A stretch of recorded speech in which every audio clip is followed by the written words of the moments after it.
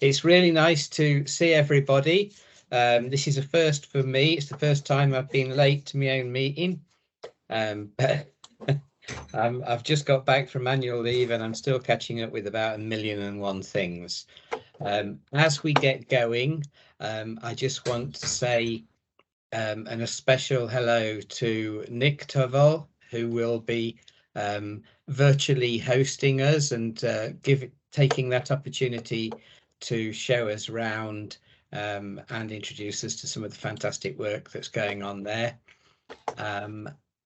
And I am going to just share my screen.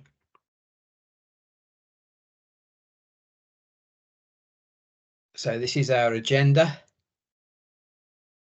And it begins with me just saying welcome.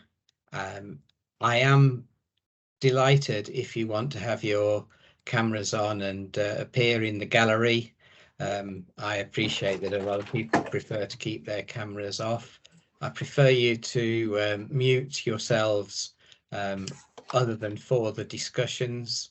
We have got a relatively packed agenda today, so I look forward to romping through that with you.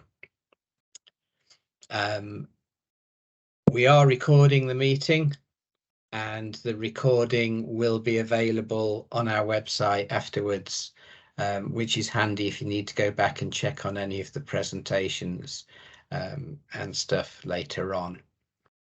Right, so with no more ado, what I'd like to do is just quickly romp over some of the highlights of the project before handing over to Nick. Where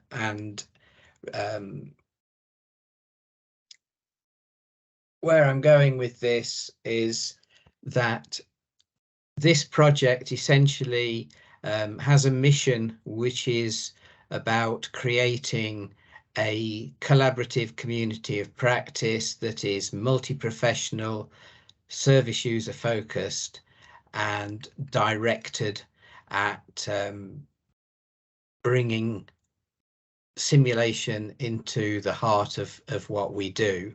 And the approach that we took from the start in doing this was to pick up particular projects, simulation for mental health being one, and use those as vehicles really to achieve that overall goal of establishing a collaborative community of practice. And I will share with you that I was observing some presentations at a conference event a few days ago whilst I was on holiday. And what was really interesting was to see work that we were doing over a decade ago basically being replicated again and reported with surprise as a newly invented wheel. And I think the overarching message from that I would share with you is that we still do not communicate and collaborate enough. We still work in silos. We still work in isolated patches of excellence, absolute excellence that people need to know about more. And we have a redundancy of resources because we don't share well. And I think that it's really to our credit, really, to the credit of this small project team led by Ali Bakari, that we are becoming really visible in what we achieve with the resources that we have. And I think it's fair to say that across the UK, people look at what we've done and ask how we've managed to get all the resources to achieve what we've done. Well, we haven't had more resources than anyone else, but I think we've applied them really well towards this agenda of being the go-to guys and being the sentinel place where you know you can come to meet other people and share ideas and be listened to and supported and given a chance to go forward. And I think that was the message and the ethos of the conference, and the one that people took away from it.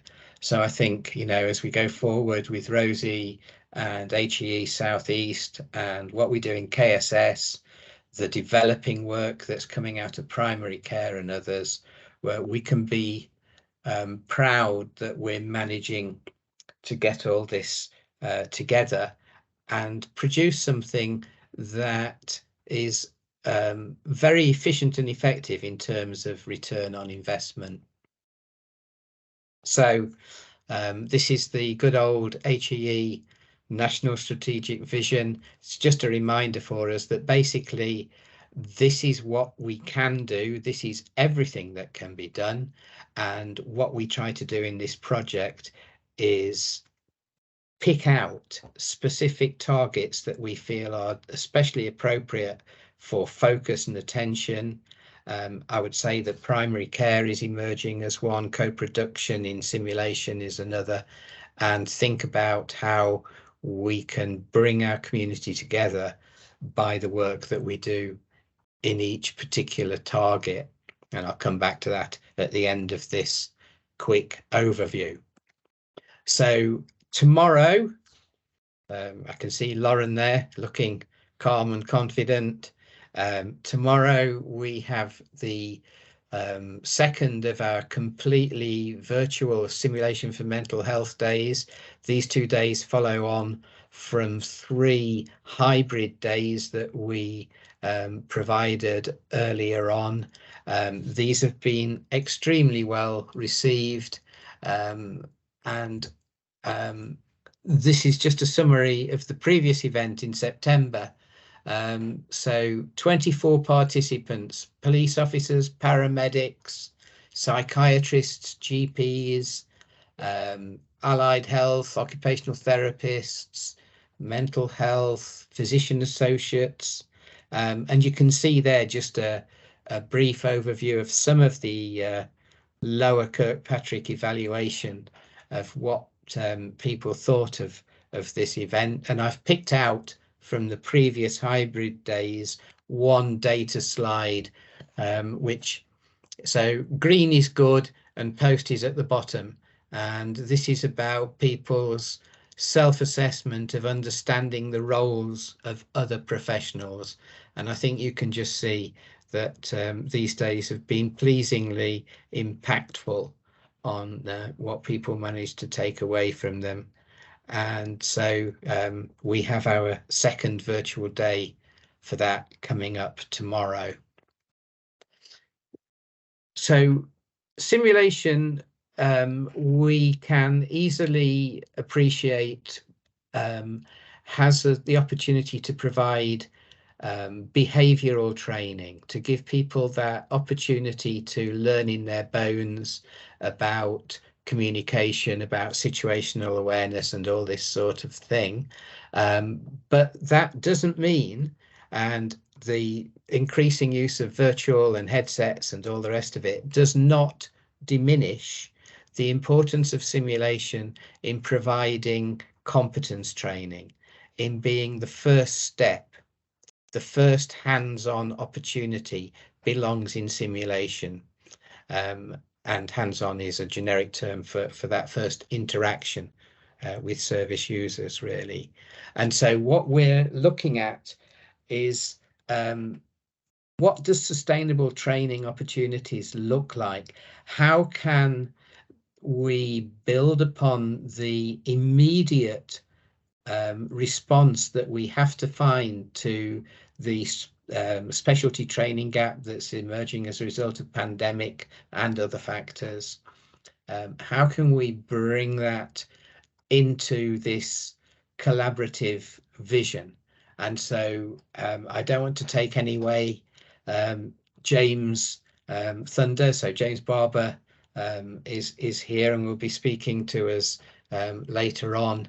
But essentially, what we've set out to do as a model, and I'm sure it's a model that will be replicated, is the Advanced Procedural Skills Centre.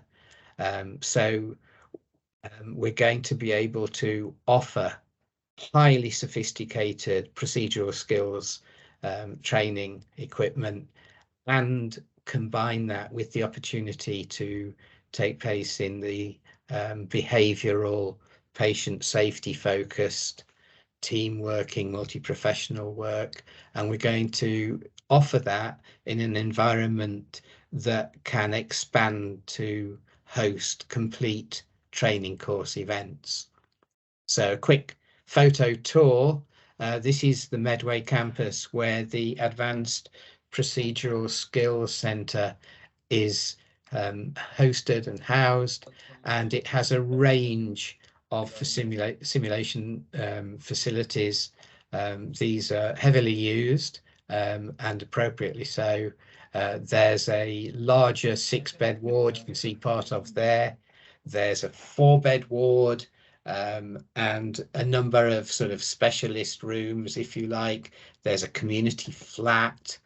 There's places which tend to focus on obstetrics and delivery and midwifery skills and the like. There's an operating theatre, which is about the only space there where we have a proper control room, observation room. And there's a surprising amount of existing specialty skills equipment, which the procedural skills kit that we're buying now will be able to supplement and complement alongside. So the whole thing has got a quite joined up vision behind it, and is in a this is the community room kitchen in a most resource laden environment. So this is my overarching slide, which sums up everything that's going on, really. If I put the slide set on the website, all of these links would work for you. But really, we're very proud of the 360 virtual resource that we built for HEE as part of the support process. Via ASPE, we have a close relationship with the International Journal of Healthcare Simulation. ASPE are developing regional meetings, which we're involved in, and I'm sure that Ian might have something to say about what HEE is doing regionally, the Chartered Institute, Ergonomics, Human Factors. The stuff that's developing down at the bottom, I'm delighted Jackie's here. Jackie will be talking about the multi-professional fellows work, all of this with developing specialty school simulation leads. So I think Kieran might be on the call from Obs and Gynae. It's a oh dear, it's a plethora of stuff. I can't even think of the word. It's an umbrella of stuff that's going on that is all targeted at helping us collaborate and make sure that we're not reinventing wheels, and we're not struggling when resources exist that can be better shared and better allocated. And I'm just going to finish off by saying I think the future for simulation heavily involves co-production, and just a few weeks away now is the ASPE National Conference, face-to-face conference. It's in Birmingham, but nobody's perfect. And that's a joke, fellow Birmingham. I'm from the Midlands. It's in Birmingham. Excellent keynote speakers, including Stephen Shorrock, who's brilliant. It's a great thing to come to. And I am so proud that our project team, Simulation for Mental Health team, have been accepted to deliver a workshop at ASPE. It's a very competitive field. to have achieved that, and I'm very proud of them. And at just over 2:15, I think I'm a bit ahead of the clock. So I'm going to pause for a moment and draw breath and just see if there's any immediate questions or comments before we move on to the next item on the agenda, which I think is Nick.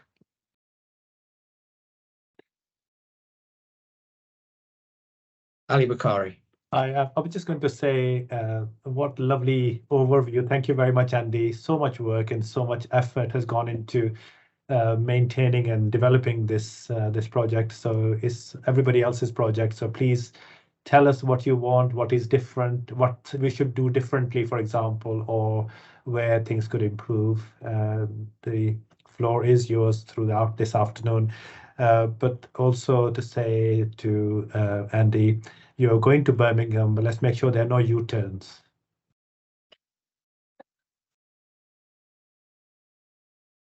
Ben Elton would say a little bit of politics. Okay. Thank you very much. Jane has got her hand up. Oh, thank you. Jane. Hi, sorry. It may be that it's more to come into Sir James's talk later, because I was just interested from the advanced procedural skills aspect, because the one thing I felt that might be missing from there is a sort of primary care perspective, and whether that's possible, if particularly obviously in the view of the collaboration that we've had. Is that something that we could perhaps look at? Because things like a treatment room would be fantastic, because then actually we could do some primary care simulation in their consulting room. And then, a lovely direction of travel would actually be to do some cross-organisational simulation too. But that may be the wrong time to mention it. Well, it's not really, because it's not the so the bit that's missing from James's talk is the part task trainer aspect. So it some of the, in a sort of halfway house, some of what we're going to be doing in the procedural skills centre is portable, and so there may be an opportunity to look at how what you would be doing in your treatment rooms will fit in with what we finally purchase in the shape of part task trainers.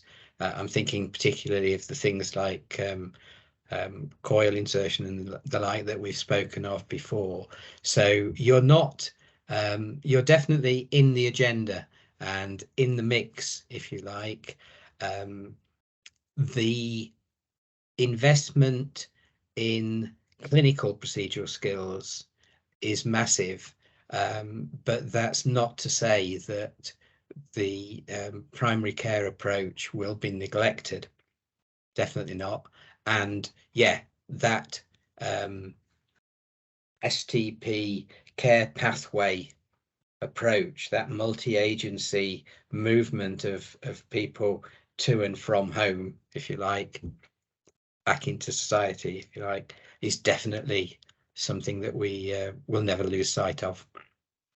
No, thank you. It was that, and it was also there's potential to fill a few of the skills gaps as well for some of the GPSTs coming out too.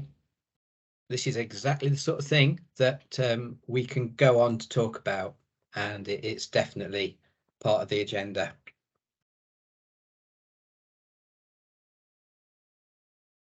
Thank you, Jane. I don't see any other hands, which means that we're probably on time to hand over to Dr. Nick Tavel. Thank you very much, Andy. Can I get you to stop sharing your screen, because I'm probably going to share mine. I think the first thing I wanted to do was I wanted to just extend thanks to Andy and Sarah for all the hard work they've done in setting these meetings up and keeping the momentum going. I completely concur with Andy in that silo working should be a thing of the past. Unfortunately, it's not a thing of the past, but it should be. And I basically back his statements completely, in that we have to become more efficient at using resource, especially if the economic forecasts are as dire as the ones I've read today. So I have a bit of an identity crisis currently, because I'm currently the head of the PG Cert in Simulation for Clinical Practice up at Brighton and Sussex Medical School, which was enough of a nameful to remember. And I'm now the head of Simulation and Essential Clinical Skills at University Hospital Sussex.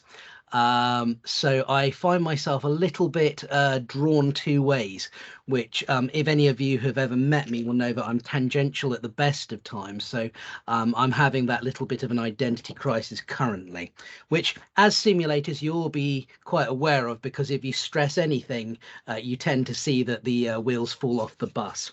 So I'm going to take you through a little bit of both sides, because, you know, we do have to be efficient and economical, as Andy said. So why don't I talk to you about UHS and BSMS at the same time, and what sort of, again, Simnet's a very key part of that, because this is a regional collaboration.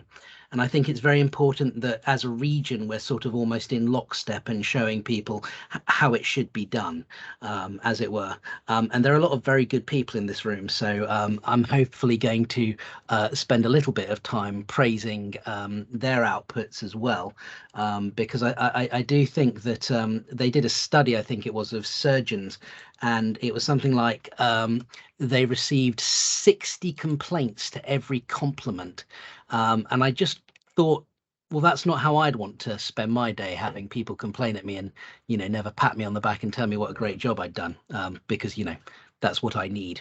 So hopefully you should all be able to see my screen now, and I'm going to take you all off it. This is my slide with a little bit of how my mind works.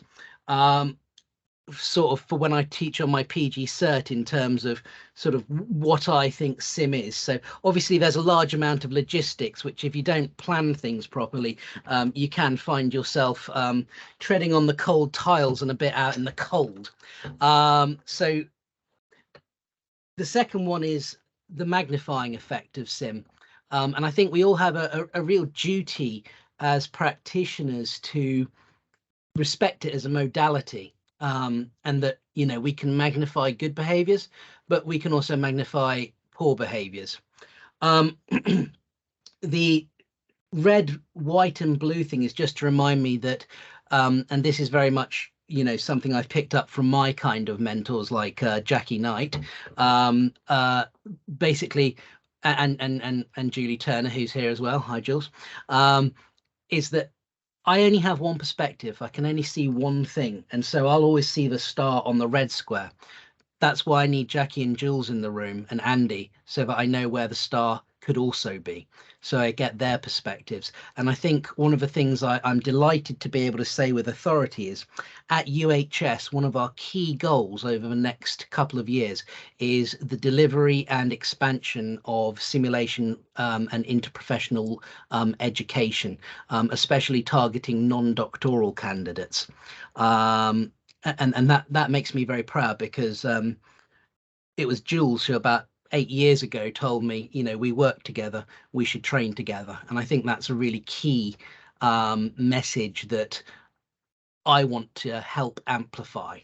The snowy road is kind of where we find ourselves at the moment, in that there's a theory called the singularity theory, which effectively says there are certain events in human history which you cannot predict, and you cannot know what the future looks like beyond that. And COVID for us, I think, was very much a singularity. And with, you know, all the hurt and loss that most of us have experienced over the last 4 years, I think there's also a lot of opportunity now emerging from that to discard what didn't work and to embrace new working practices like Andy was talking about in his introduction. And I'm very keen for us to be doing that, to not just do things because that's the way they've always been done, but to challenge them, to look at things, to look at the processes, to look at the systems, and things like that. Finally, in terms of this slide, there's the egg and the barometer, and which just sort of remind me, and this is sort of really where my key ethos sort of comes into it, which is don't break what you can't fix and always keep an eye on the room.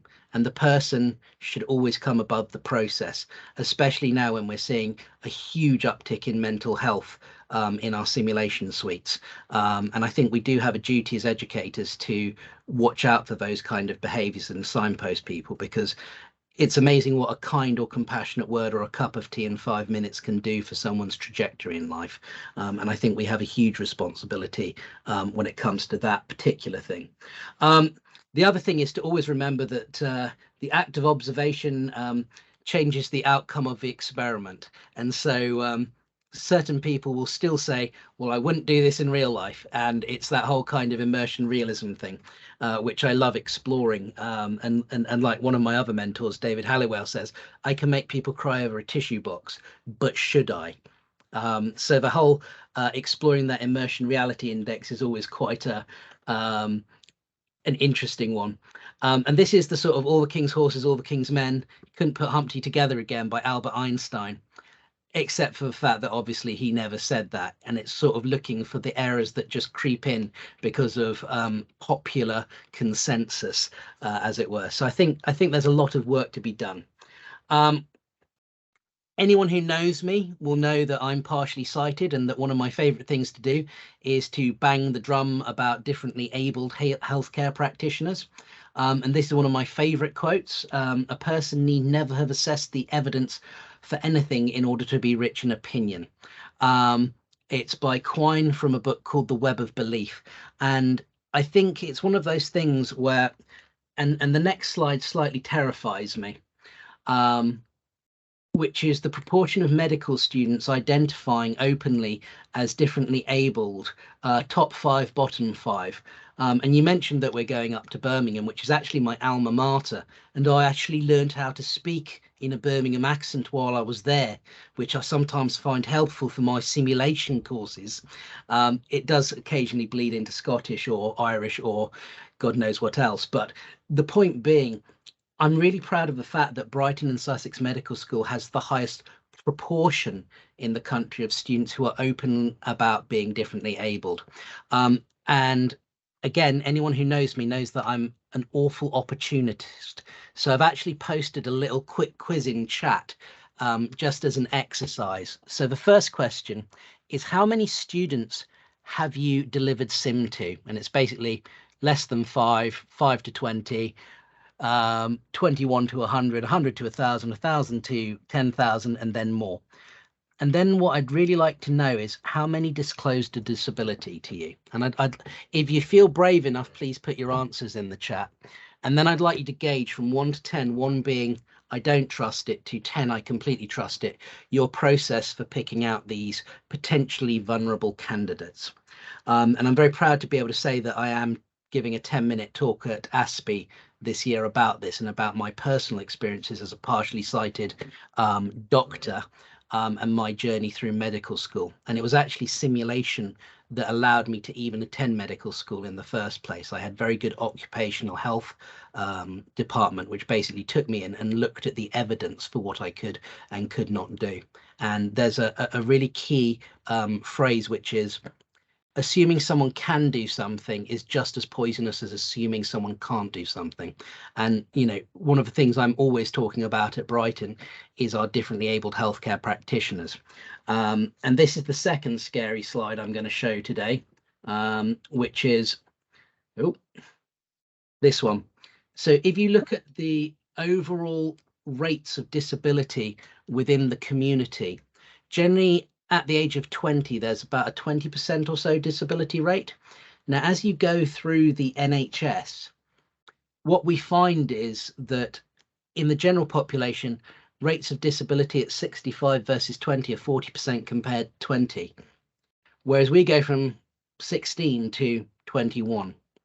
And there are lots of reasons for this, but one of the things I believe is that whilst we now have welcomed and valued, which is very welcome guidance from a GMC, especially in the wake of the COVID pandemic and an aging health force, what we really need to also focus on is retained, retrained, cherished, and returned to practice. Because I'm sure that, you know, I've had multiple colleagues who have walked out who can't do it anymore.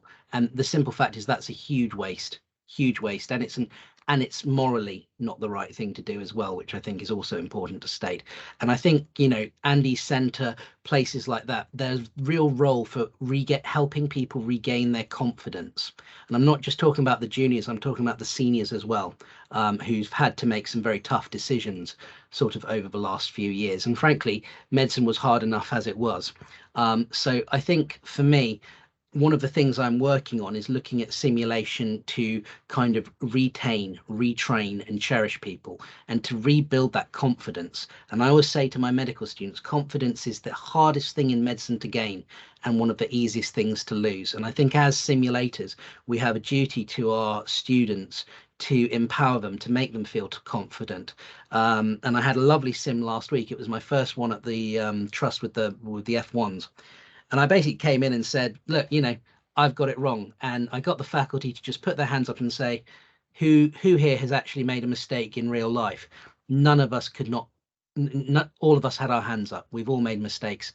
And I think that being vulnerable with the students and showing them that we're not here to be exemplars of perfect practice, but we're here to help them and to sort of get them to that next level. And I've changed from looking at simulation as a modality of sort of you go and you do the stuff to this is actually like the training of elite athletes.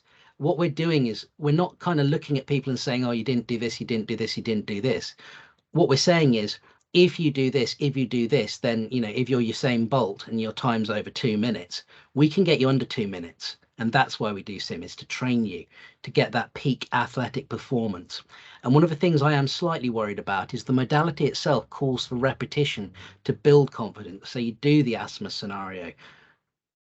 And then what? You do it again in 6 months, 8 months time? Well, it wasn't designed like that. It's designed that you do the asthma scenario until you get it right, until you feel confident with it. And I'm not sure that that's how we're applying it.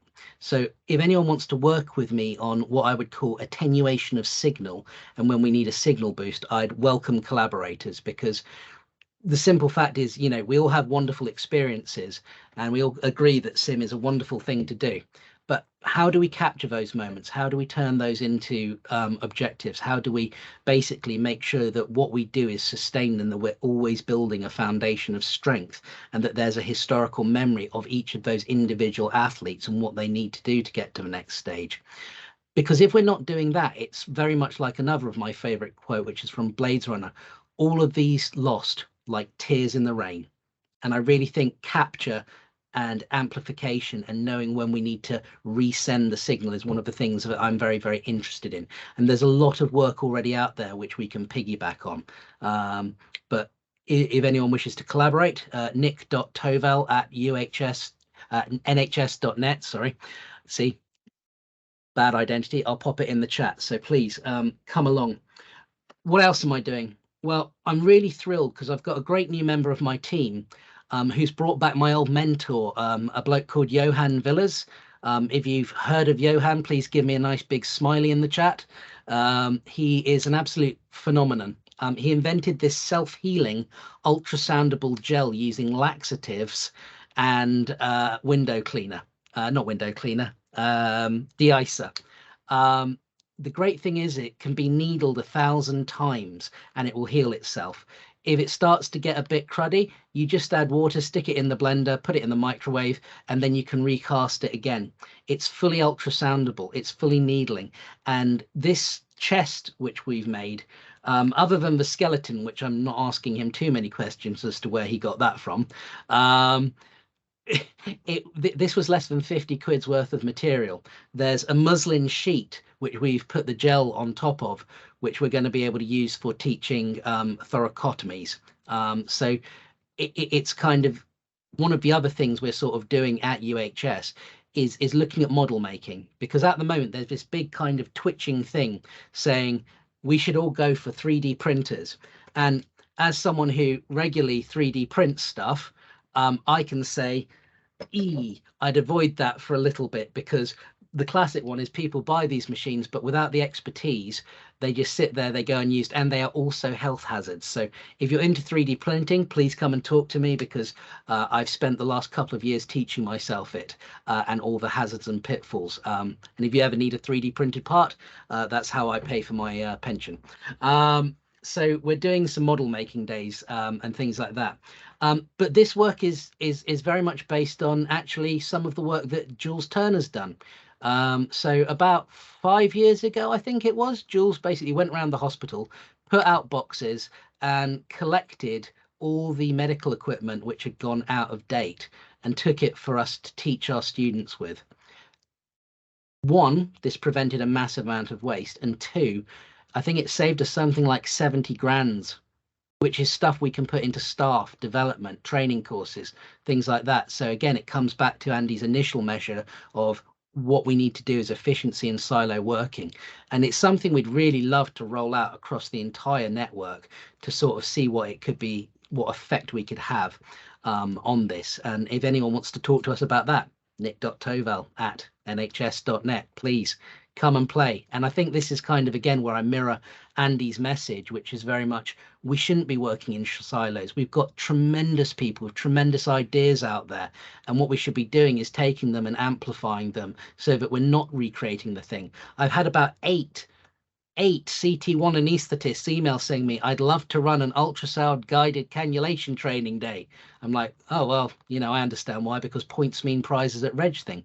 And as the new head of Sim at UHS, I've said, that's fine, we can do that, but let's do it across all the trusts. Let's embed it in a program. You know, let's make people sign up to it. Let's capture the data so we can prove what we've actually done.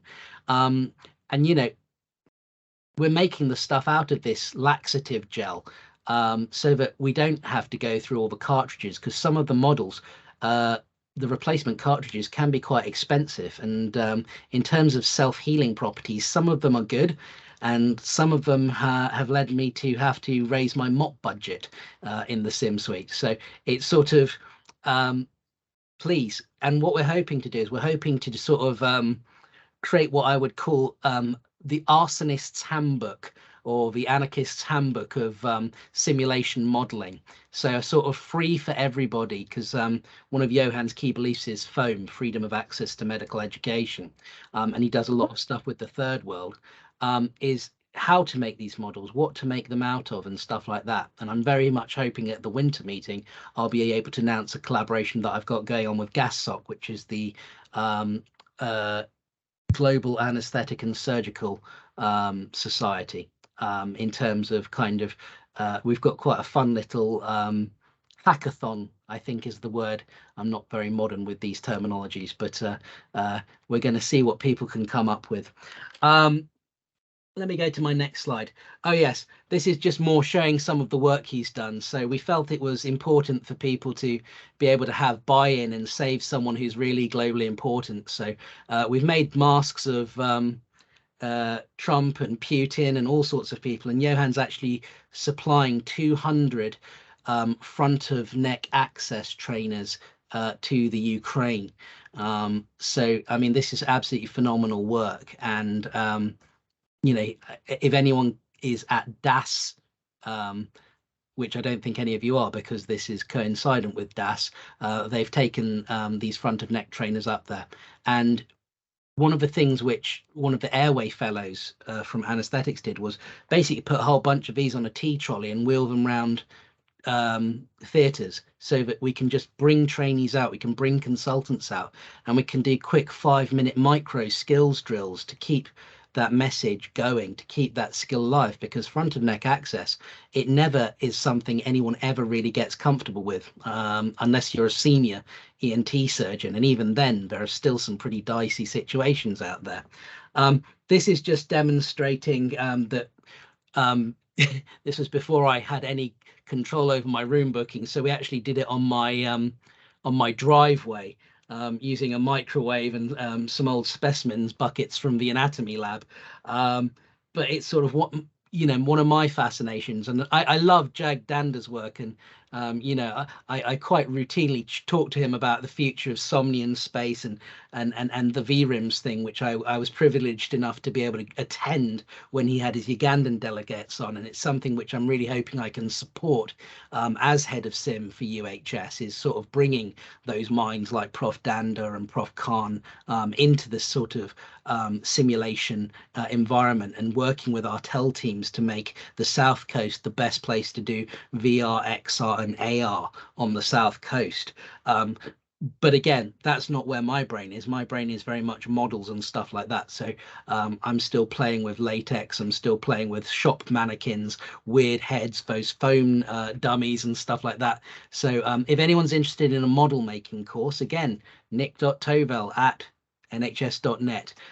More than happy to collaborate with people and try and give you the kind of playbook on how to make some of these things. I'm going to stop sharing my screen there and just go to my reminder list, which I made in case I miss things.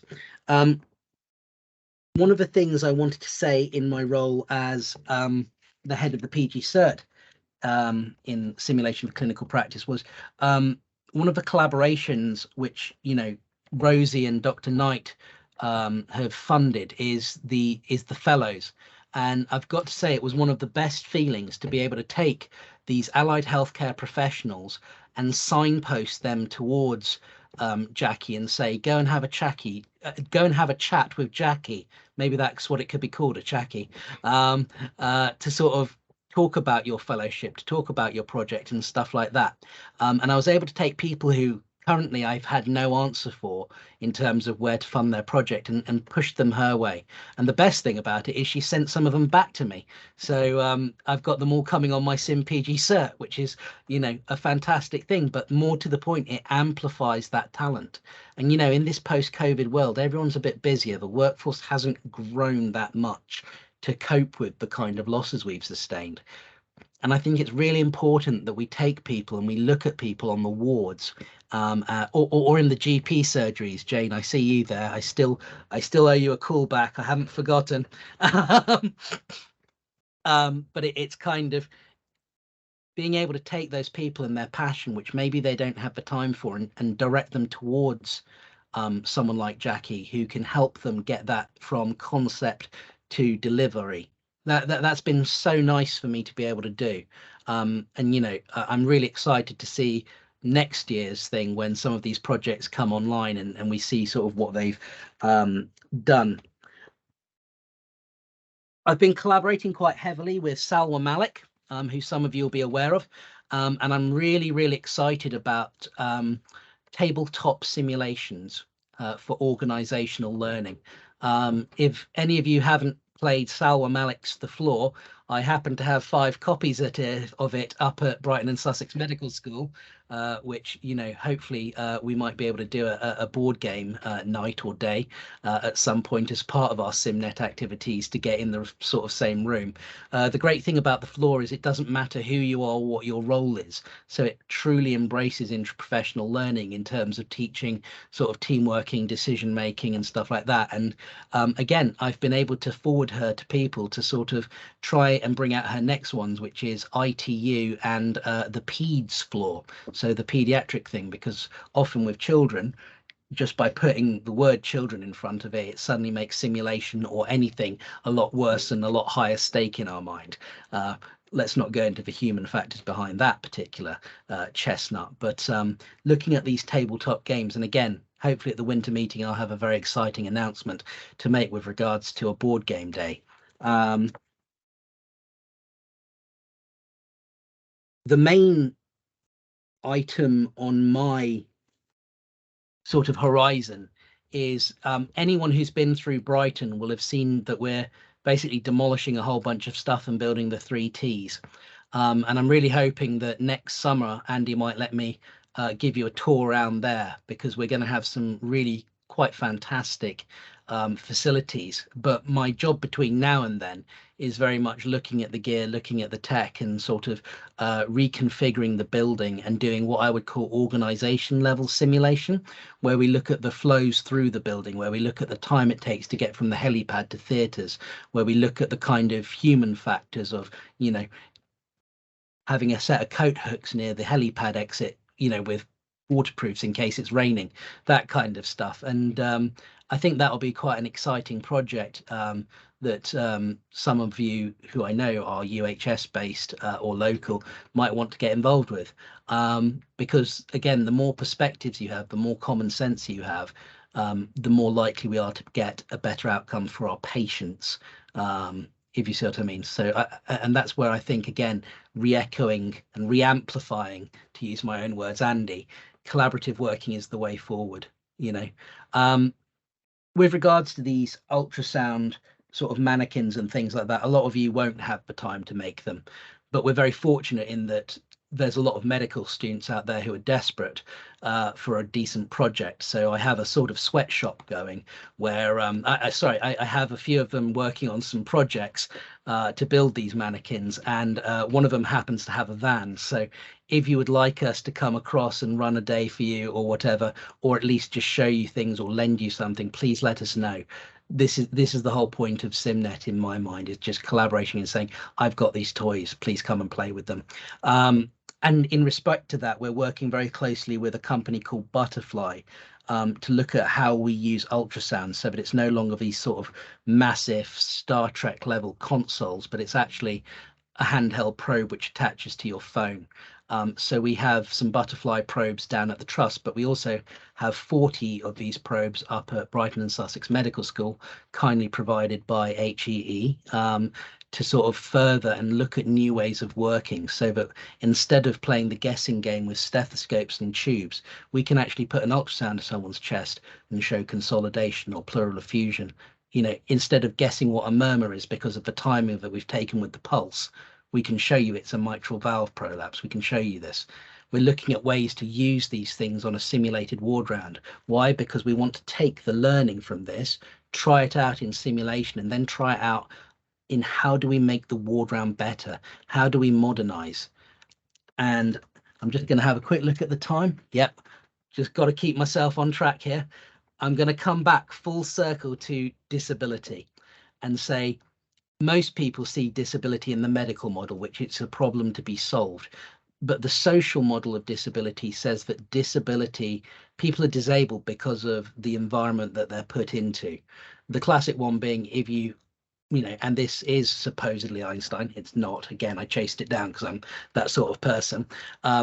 If you judge a fish by its ability to climb a tree, it will believe its whole life that it's a failure. Well, having been a fish and being asked to climb a tree, one thing I would say is you work out how you're going to do it, but it's not the same way as everybody else. It involves a lot more jumping, a lot more energy, a lot more movement. But eventually, if you fail hard enough, you will actually get into the branches. And I think it's sort of taking lessons from our differently abled practitioners. And I've had a look at some of the numbers here, which is sort of quite an interesting read, which I'll let some of you have a look at, to my initial question. And it's saying, ask people, you know, people are scared of the disabled because they think we're going to sue you. I'm not. If you want to talk to a disabled person, if you want a disabled person on your course to say, is this, you know, good for people who are partially sighted, I'll come, I'll give you an opinion. It will be a very honest opinion, but I'll give you an opinion. And I think this is where it comes down to collaboration, having those sort of tasks. And one of the other quotes I always say to people is, unlike many things in life, disability doesn't discriminate. Anybody can become disabled at any point in their life. So having an honest talk and having an honest approach and being able to retrain people and show people, you know, what the coping mechanisms are, different ways of working.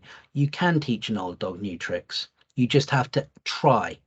And we can take lessons from people like myself. For example, anyone who's a member of a Tricky Veins Club, I do one-to-one training on how to make veins look bigger. And, you know, age doesn't discriminate. We're all going to die sometime. So, and on that cheery note, I think, is there anything else I needed to say? The only thing I've got is GP sim, but Jane and I haven't I haven't got back to Jane on that yet, so I'm feeling incredibly guilty, but it's definitely still on my list.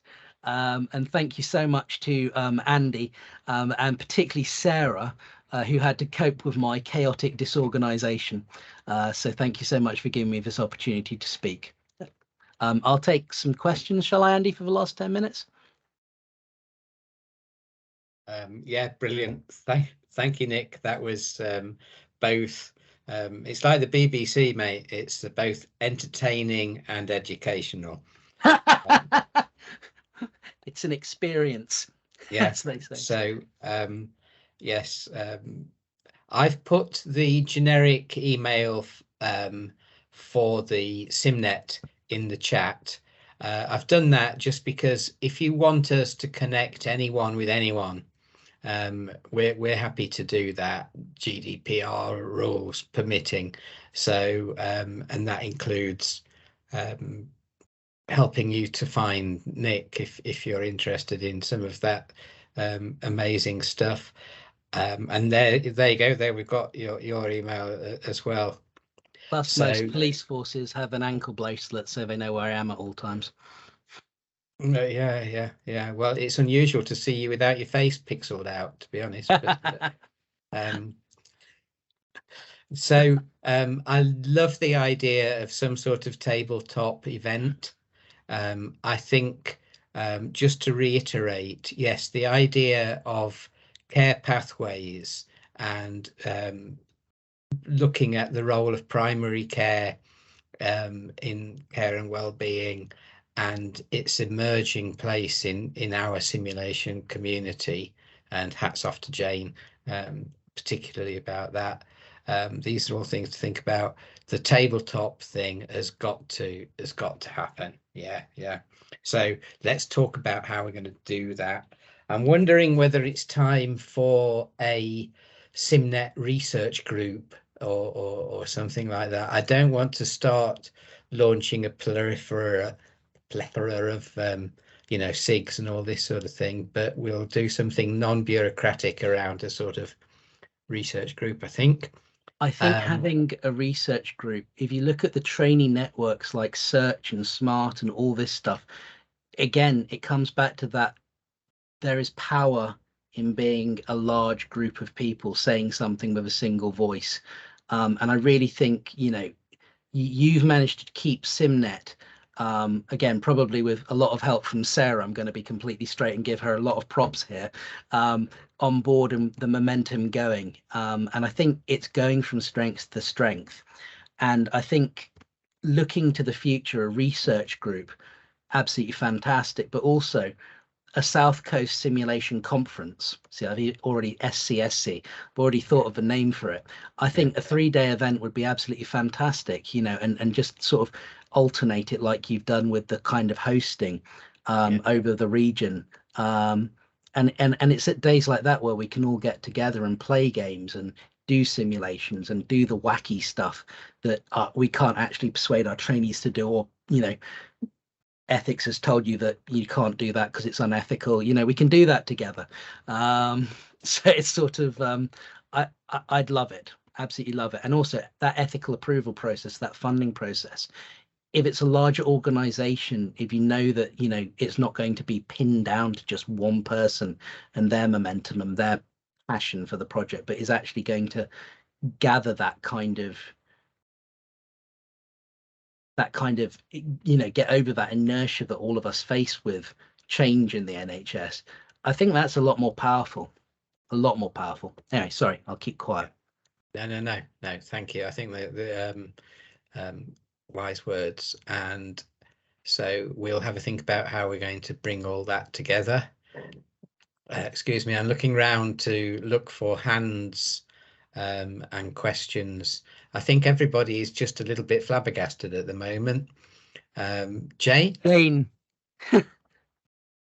It wasn't a question actually. It was just say primary care in with whatever sort of development. Or I really there's lots of stuff obviously we can do as you can do secondary care and we should do as primary care. But there's so much that we should be looking at as we are NHS. And the other people, because I think I saw Karen on the call too, is linking in with social care too. So sort of this concept of the person that we have, the patient at the middle of it, is the same person throughout our entire system, and we just work so separately sometimes it doesn't make any sense. And I think we could do some really good, fantastic work around patient safety and quality in the future. And handover between primary and secondary care, because reading all those letters takes a lot of time. And there's the format for it. I'm writing to you about this pleasant 8-year-old lady. It's like, okay, right, bullet point what you need. So I think there's a lot of stuff about handover communication and efficiency, like Andy said at the beginning, that we could learn together to make it better. I'd also say as well that obviously, because Andy mentioned about sort of service users, patients, whatever we want to, whatever the correct term is for the group to use, but the handover is also considered from a primary care perspective, and I'm sure secondary care see it too. It's that concept of we think we hand over, but the patient at the centre of it actually still doesn't understand what's going on, and then so I think there's a lot of communication things we could look at. So just before we break, I'm going to just summarize this last conversation somewhat, in that I think we're starting to see 3 faces of simulation for healthcare in its widest sense. The first is simulation as the introductory step towards competence and confidence. The second is simulation in the approach to care pathways and care teams and humans gathered around somebody who needs help. And the third is simulation purely for curiosity, for want of a better word, where if you were to have to go to your dean and say, these are my intended learning outcomes for this day, you would really struggle.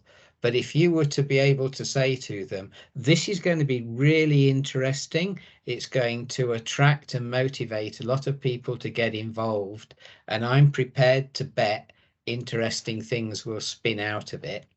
I think that's a new sort of simulation that hasn't got a title at the moment. It's very difficult to get published, but lots of fun to do.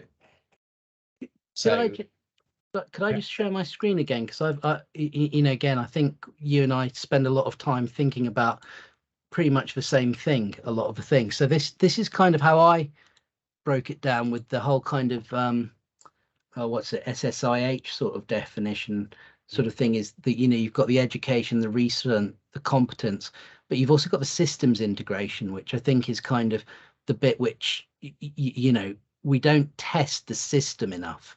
And I was in a patient first induction yesterday, and basically if you look at it, it's something like 10% of the problem is the staff, 90% is the system they're working in. And I think that there's a real role, again, for that sim research group to test the system and test the systems. I mean, I don't know about anyone else's trust, but certainly sometimes there are things which are rolled out and you're like, never even thought this was coming along, didn't get consulted, didn't have a voice, didn't get empowered, and suddenly it arrives. Anyway, I'll stop sharing. Thanks, Nick. Yeah, things appear, things sometimes just pop up like mini budgets, don't they? Okay, so it is spot on 3 o'clock, and we're going to offer you 10 minutes away from the screen, which means I sit here with my fingers crossed, hoping somebody will come back after 10 minutes. And at 10 past prompt, James will be introducing us to himself and his Advanced Procedural Skills Centre, which I'm looking forward to hearing about. And that will be followed by Alex from IRIS Alex is the closest thing I know to a genius, and myself excluded. And That's so, a terrible intro, Andy. That's awful to stand up to that after Nick's talk. Well, yeah, but you've got to follow James, Alex. So I've got to give you something. Yeah. Thank you, Alex. So James and Alex, and then it'll be a round robin. We're looking to hear from as many people as possible, but especially those of you, Jag, Jen, Karen, on the list, Matthew there as well. Looking forward to hear from you. Okay, 9 minutes left now because I'm yabbering on. See you at 10 past. Thank you. Okay, it's 10 past. We're coming back. So, and I'm not sharing my screen, which is a good thing. So, welcome back, everyone, and thank you. And here's James. James, over to you. Hi, everyone. I know a few faces here, but just to let you know who I am. So, my name's James. By trade, I am a paramedic. I spent a short time a while back seconded to Health Education England working with Rosie, and I've now found myself sort of thrust into the world of simulation, which is good fun for me. Less night shifts, similar amount of dummies, so I quite like it. Allow me to try and get this presentation to work. Hopefully it's gonna load up. Here we go. It's thinking about it. Can everyone see that? Yeah, we've got it. Fantastic. So the Advanced Procedural Skills Centre at Medway campus of Christchurch University. The aim of the centre was to provide some opportunities for medical trainees to undergo the training they need for the specific clinical procedural skills, which has been a real challenge, especially post-pandemic. And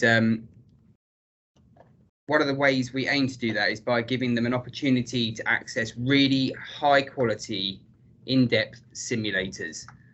But not just providing the equipment, but also facilitating the use of it so it's being optimized. And I suppose that's where my role as a senior technician comes in, but we're getting there. Some of the stuff we have coming is involved with the interventional angiography side, endoscopy and laparoscopic training. And we're also going to be using it for the multi-professional skills and human factors side of things as well. So it's a really well-rounded set of equipment that we have there. We're also going to be underpinning all of this by using the concepts of mastery learning, which I'll sort of just touch on towards the end. So where are we? I've only been in post for about 3 months here, and as I'm sure you will appreciate, setting up something new takes time. A lot of the work was done prior to me, but so far we have our designated room, which is sat inside that facility that Andy has already shown you around. At the moment it is just a room, but eventually it will be filled with wonderful, wonderful things. So we have ordered our equipment and we're awaiting delivery. Quite a bit of it's coming from the States, so as I'm sure you can imagine, that's taking its time. The Mastery Learning Programme is something that, again, we're focusing quite heavily on because we believe that that's going to really underpin all the work we're doing. Again, I will touch on that a bit at the end. I'm personally looking at a lot of options for how we use the equipment to provide good quality feedback and how that can be provided to students so they can use it with facilitation, with advice, but also for their own sort of reflective purposes. So the equipment that we have, there's going to be probably way more than this, I should imagine, but let's talk about the big players, and we're going to go company by company. So GOMARD USA. This is one of my favorites, the Victoria S2200, if anyone has seen this before. It uses a mixture of mannequin-based simulation with augmented reality using the HoloLens 2 by Microsoft. And as you can see in this image here, it's using this technology to display, for example, the management of a shoulder dystocia in delivery. So as the legs are raised in that mannequin, you can actually see the rotation of the pelvis. It's live. Every time you do something inside, it projects it on the outside. And the HoloLens technology can be used for other things, like projecting parts of textbooks and all kinds of stuff. So it's not just that thing we're using it for, it can be used to quite a lot of other stuff. We've got a range of the HAL models, so the advanced life support mannequins, including the adult, the newborn and the pediatric models. All of them do very similar stuff, including the respiration, breathings, the CO2 exhalation. They all come with a monitor that can incorporate things like defibrillation, pacing, and all of this does provide feedback on its own, and we'll be using that with other systems to get a good package that we can deliver afterwards. Symbionics. Now this is some of the really impressive stuff. So we talked about the angiograms and the laparoscopic stuff and the endoscopic stuff. So the first one we're getting is the Angiomental by Symbionics, and it's, as you can see, that is quite large.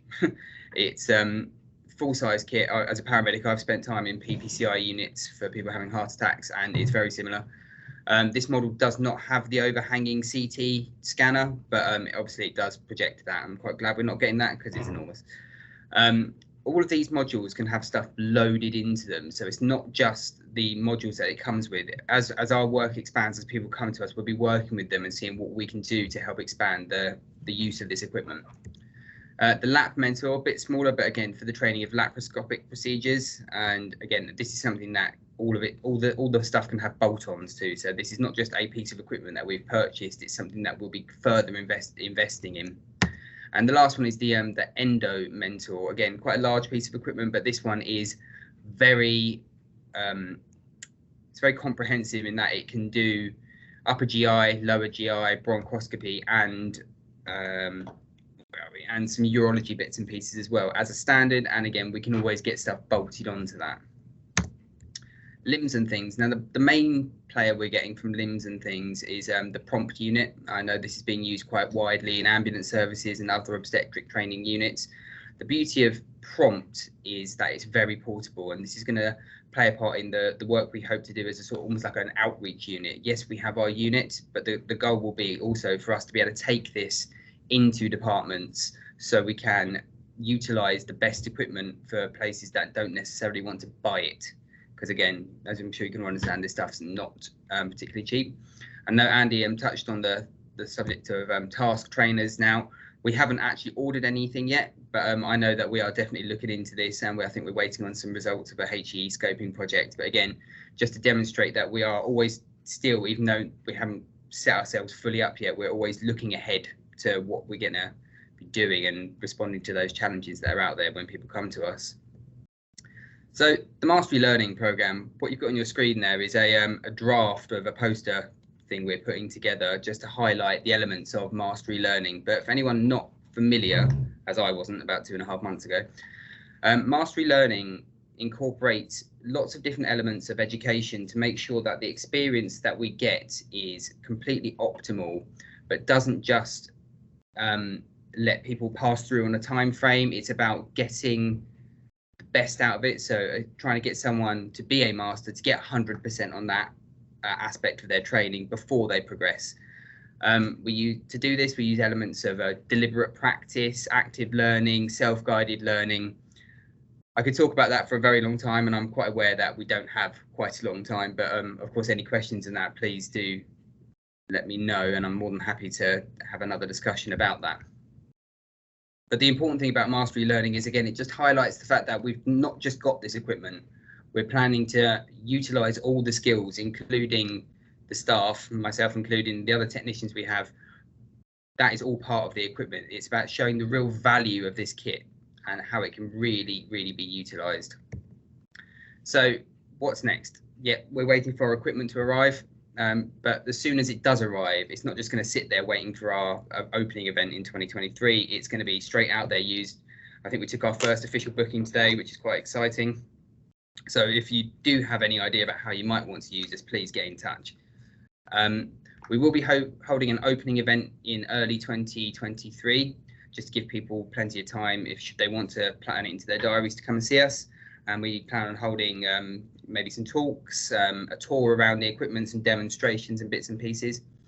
We talked about the outreach training sessions, and that's something we're definitely going to be looking into and getting interest for, and what we're going to buy and how we're going to be able to take that out into other environments such as hospitals. I know we've talked about things like primary care, and here I suppose that the possibilities are endless.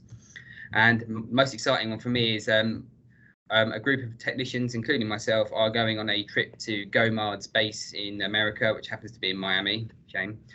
And I suppose the most important thing about that is we're doing an intensive training course, which is not provided in the UK. So we're going over there, and their training course teaches us to use their equipment, not just the company or product specific, but more the generalized stuff around simulation. This is a company that have invested millions of pounds into the using of simulation equipment. So we're going to be able to bring that back and sort of provide some cascade training to really benefit the rest of the simulation community. So that was the whistle-stop tour of the APSC. And does anyone have any questions, please?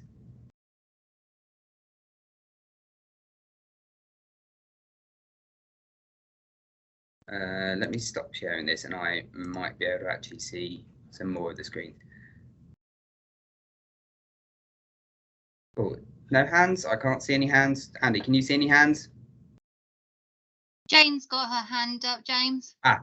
Jane, please.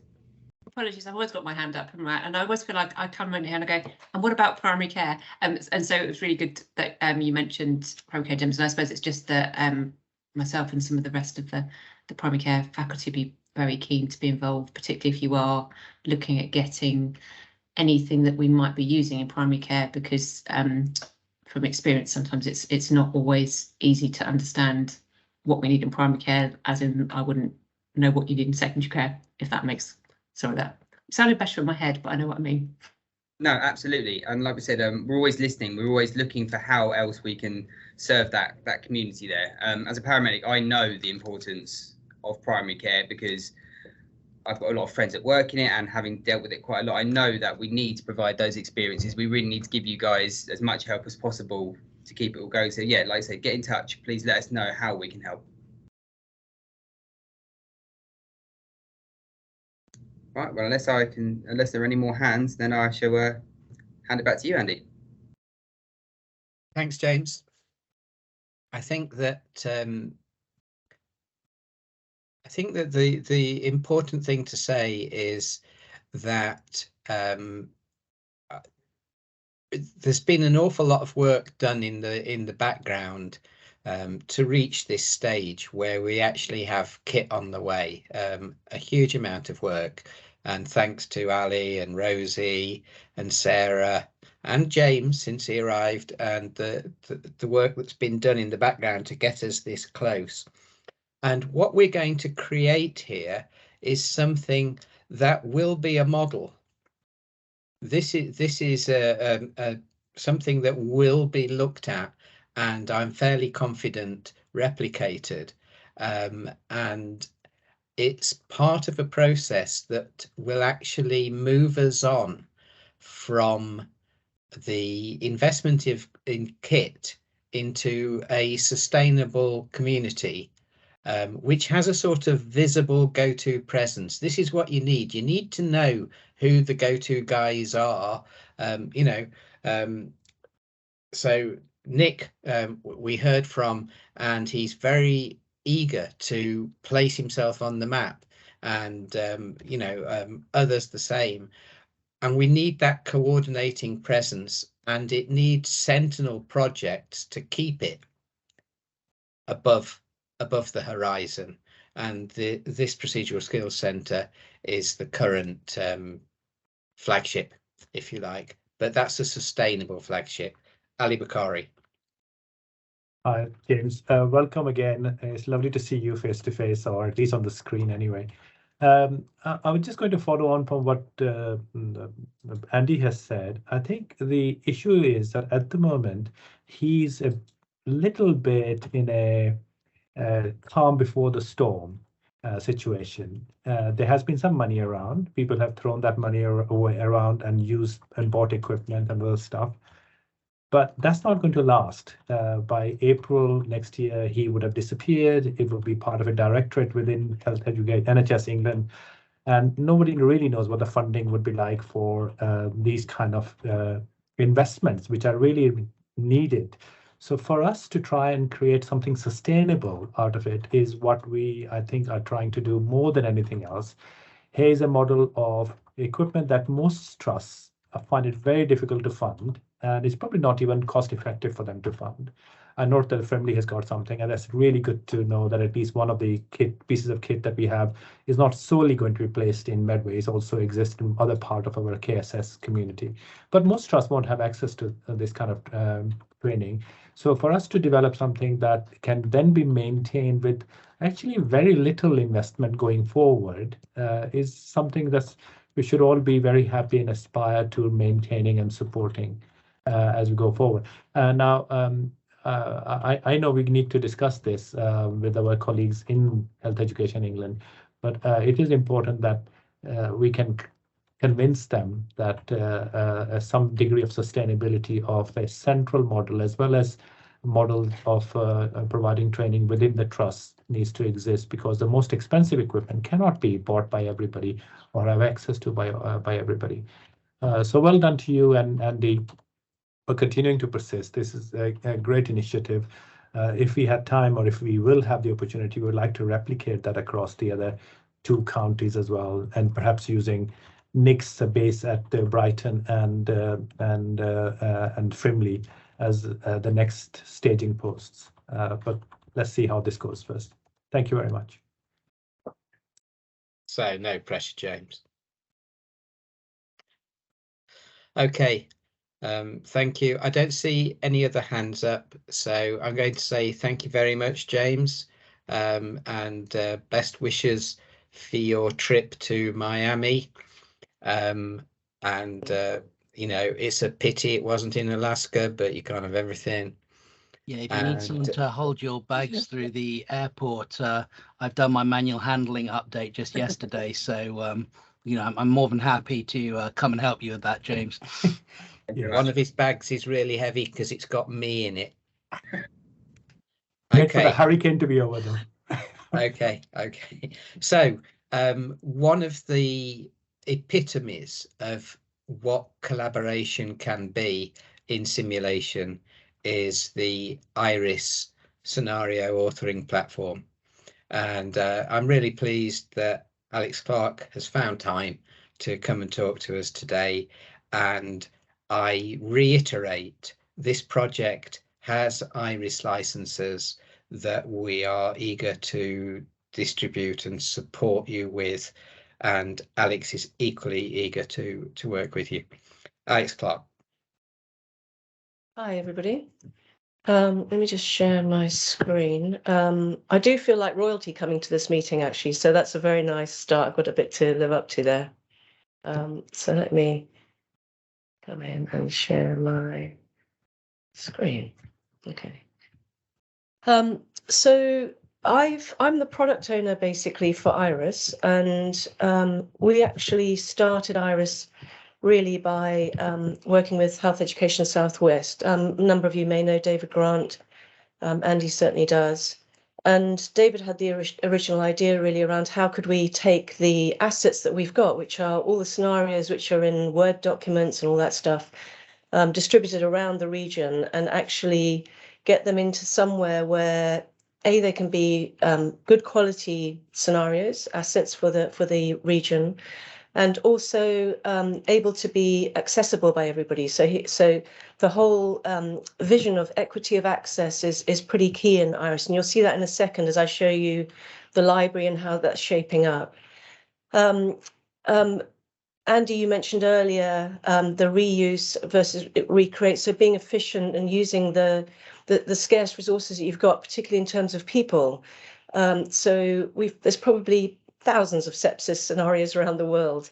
Can we reuse those in different regions and maybe repurpose them if we need them for something very, you know, specialized or localized, but not be writing from scratch for scenarios which actually take a lot of, particularly when they're interprofessional, take a lot of resource from people to pull together. The platform, one of our key focuses, it has to be easy to use. So we have to make the way to write a scenario, a good scenario, based on all the Anaxel standards, the ASPE standards, all the standard ASPE itself, all the different standards that exist around the world. How could we build those into something that makes it a good quality scenario as it comes out the other end and it's ready to use, but also it's easy. So you've got to try and make it so it's just easy to come through it and use it. So that's really what Iris is about. I can touch on the vision a little bit more after I've just shown you it. But I was just thinking I'll just dive in and try and give you a few minutes of seeing it and seeing what's in there, and then we can just look at how that could be useful for you and for people that may want to actually start looking at using it. So I switch into Iris. Have many people used Iris at all in the team? In the network?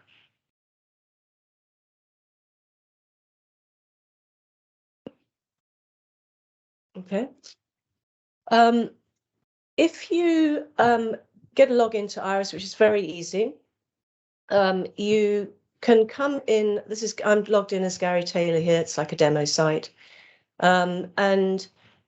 Gary is in the HE Southwest. So HE Southwest have given us permission to use their site just because it's so rich in content and so on. So you can immediately see that it's you've got a bunch of updates around things that are going on in the region or with connected scenarios that HE Southwest have access to.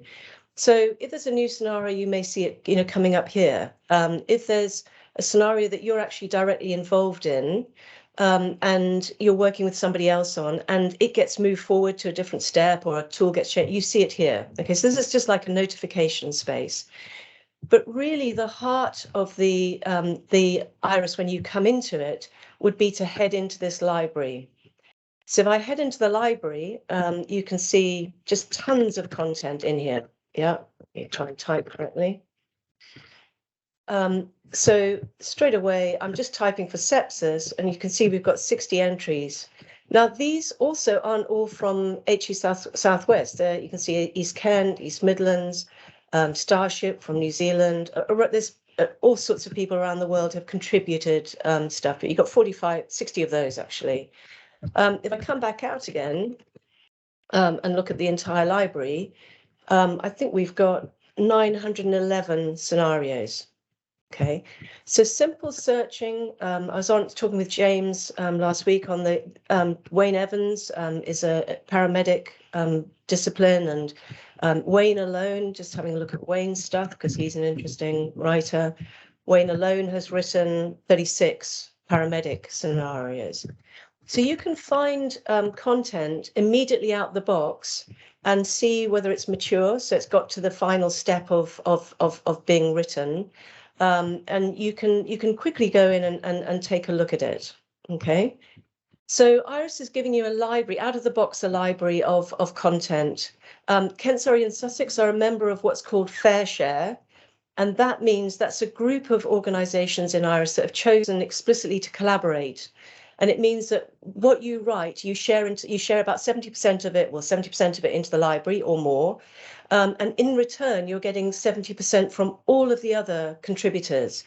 Hence, Health Education Southwest have got a library of 911 items, okay? So what you've got is an incredible resource here, which means that you don't have to reinvent everything from scratch. Look at it, you can come in, you can preview it. So let me have a look at this one. Sorry, it's doing a very good job here with my I've got a new laptop, just by the way, so my cursor's not quite in control. So I can come in and I can just quickly preview it, see what it's focused on. I can see the faculty script, I can scan through it, see if it's relevant, okay? I can download, I can duplicate it. So I can also come in, if I look at it in the preview and I go, that's fantastic, that's pretty well what I want, but I want to focus it on a different learner group. So maybe F1s rather than F3s or whatever it might be. You can come in and duplicate it and then repurpose it to a different learner group or to a slightly different, maybe it's a more acute case or whatever it might be. So you've got the means to actually take these resources and then become a derivative author. as well as obviously contributing into the library original works and so on. If I come into the home space, this is where I create an item. So if I say I'm not duplicating, I haven't found anything that I want to use, I can just come in and create, and I can create mannequin-based simulations and also SP-based. We're currently working on a tiny sim, which is like a very cut down simulation for primary care. So it doesn't need all the intensity of a full scale simulation in a lab. It's either run in a primary care setting, or it can be like a tiny sim in an acute setting. So it's run on the ward, but for very, very small 10-minute sims type thing. So inherently, it's just it's like a skills top up, or a particular protocol you want to refresh people on and keep them, back to some of the earlier conversation, keep people's skills current and fresh and replenished as needed. Okay.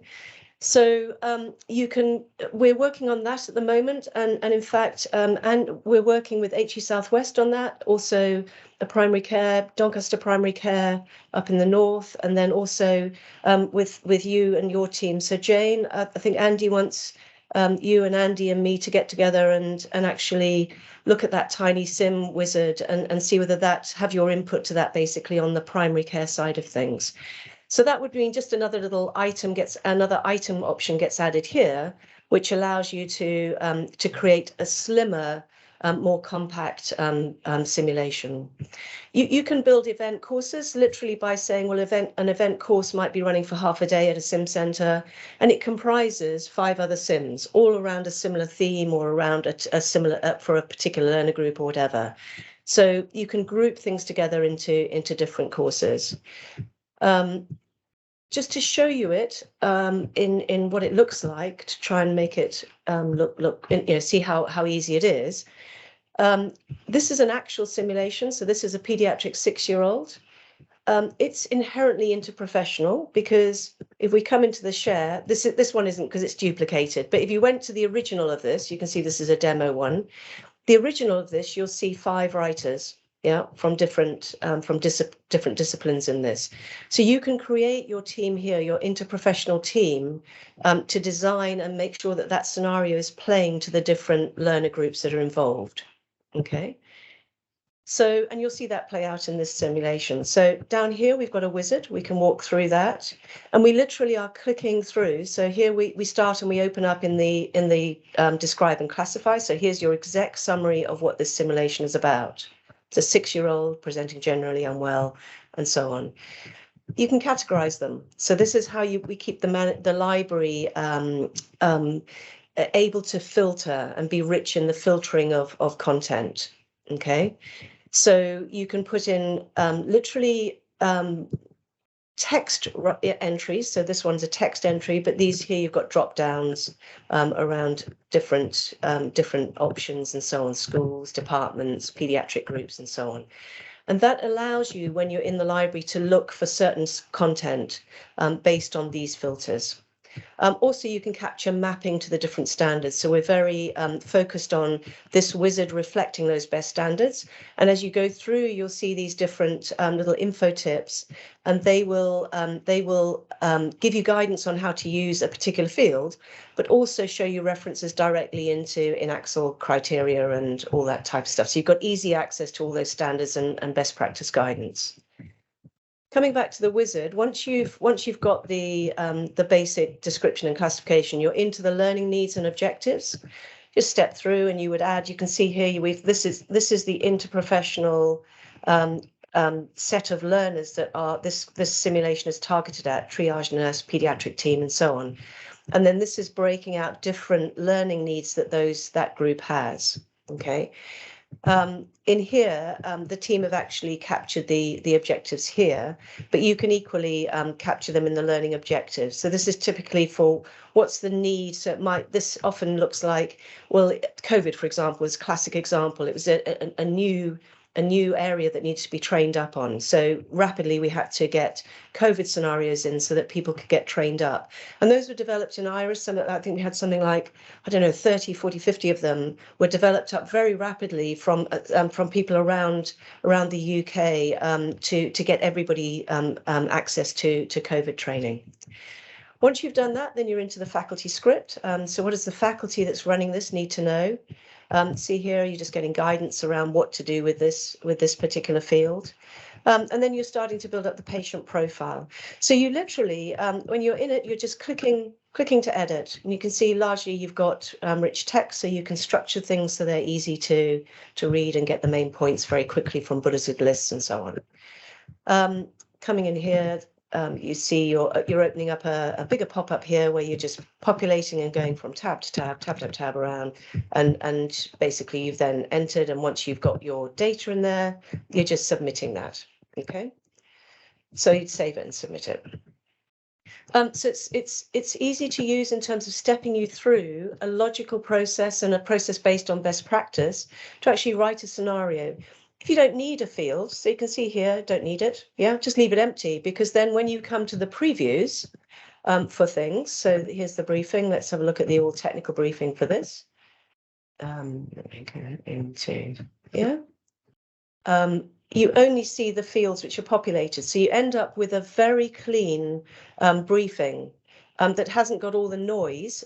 What is noise at the end? Because for this scenario, they don't need certain things. So those aren't produced in the briefings, or only what you need is produced in the briefings. Okay.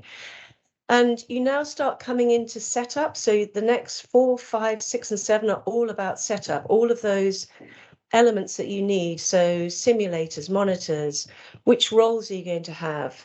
Respiratory equipment, again, you don't need it. So if you look at the things like the tiny sims that we're working on at the moment, this is very in-depth, very comprehensive checklists.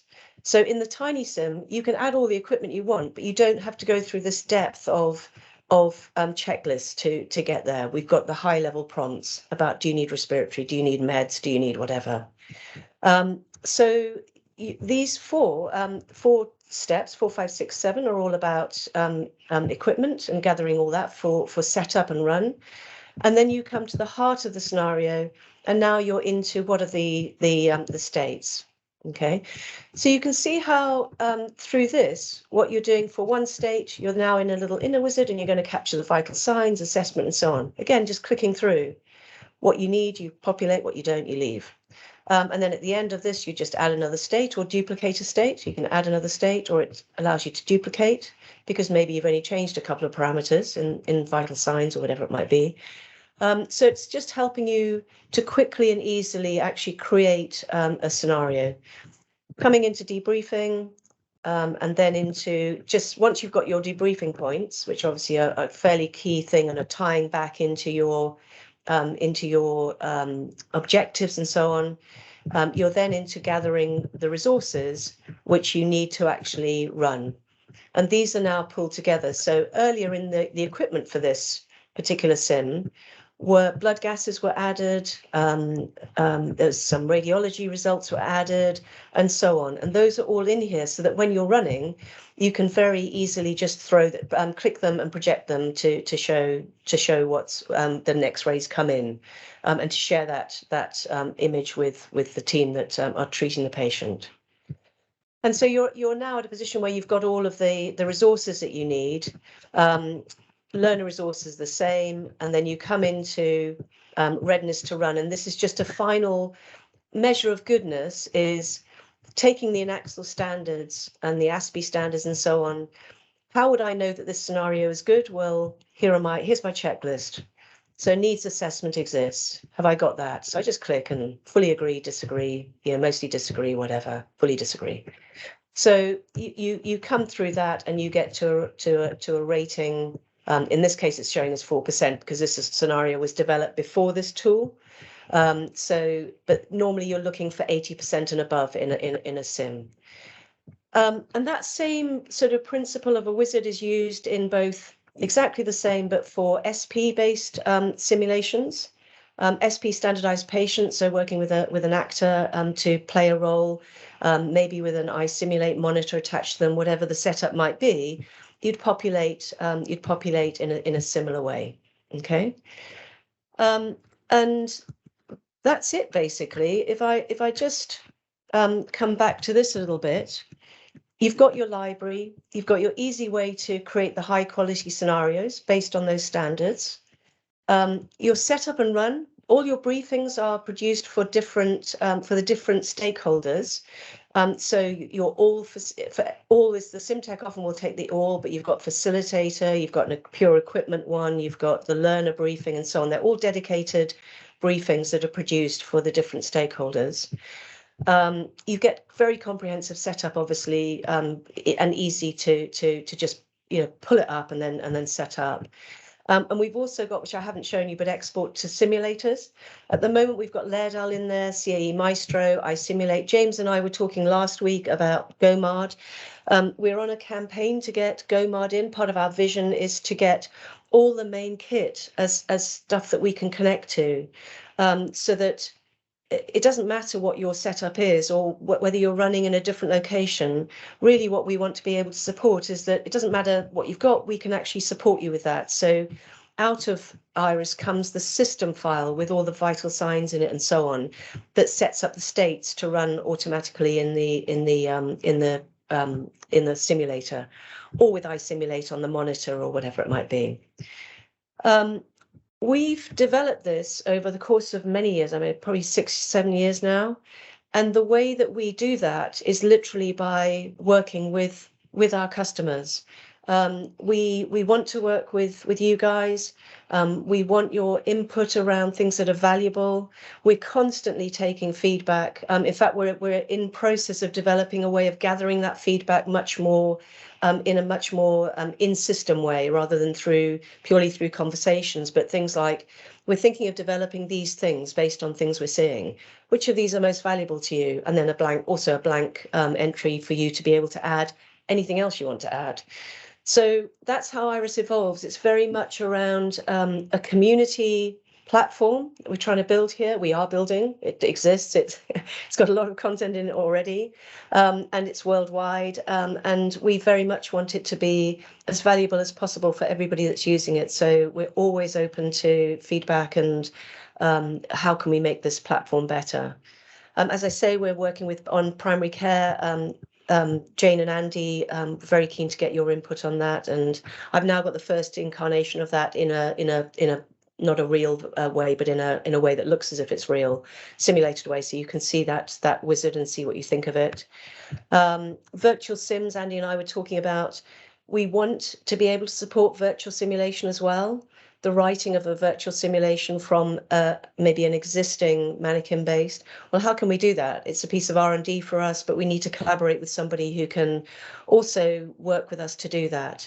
And all those principles are right deep in the platform itself, which is really trying to enable that interprofessional way of working, which gets you to just a higher place, basically, and to a better value, and to the ability to reuse thoughts that already exist somewhere else, and which can come together and create something better. Does that make sense in terms of what we're doing?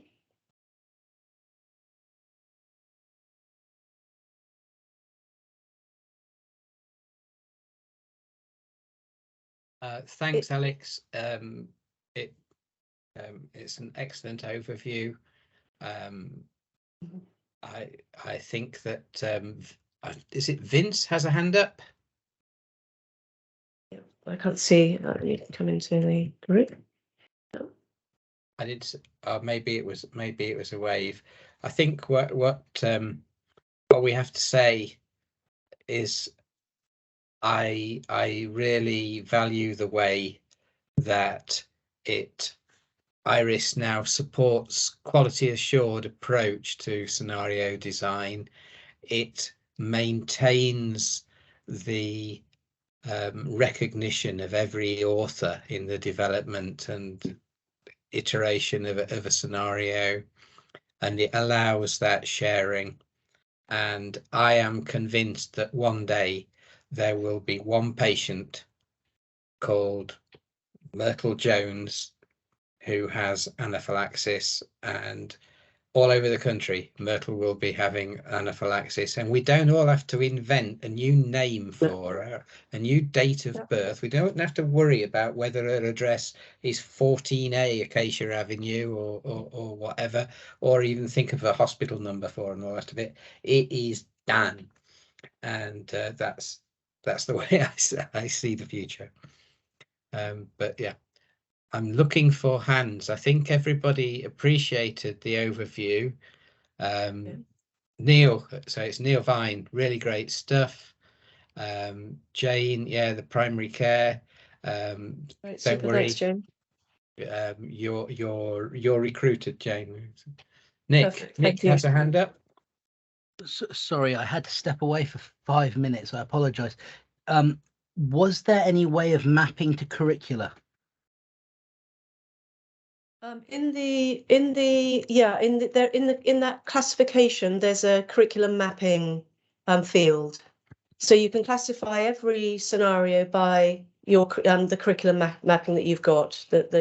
So it's a text field, and I'd encourage you to standardize on that so that you are doing exactly what you're suggesting, Nick, and that's your easy way to find stuff.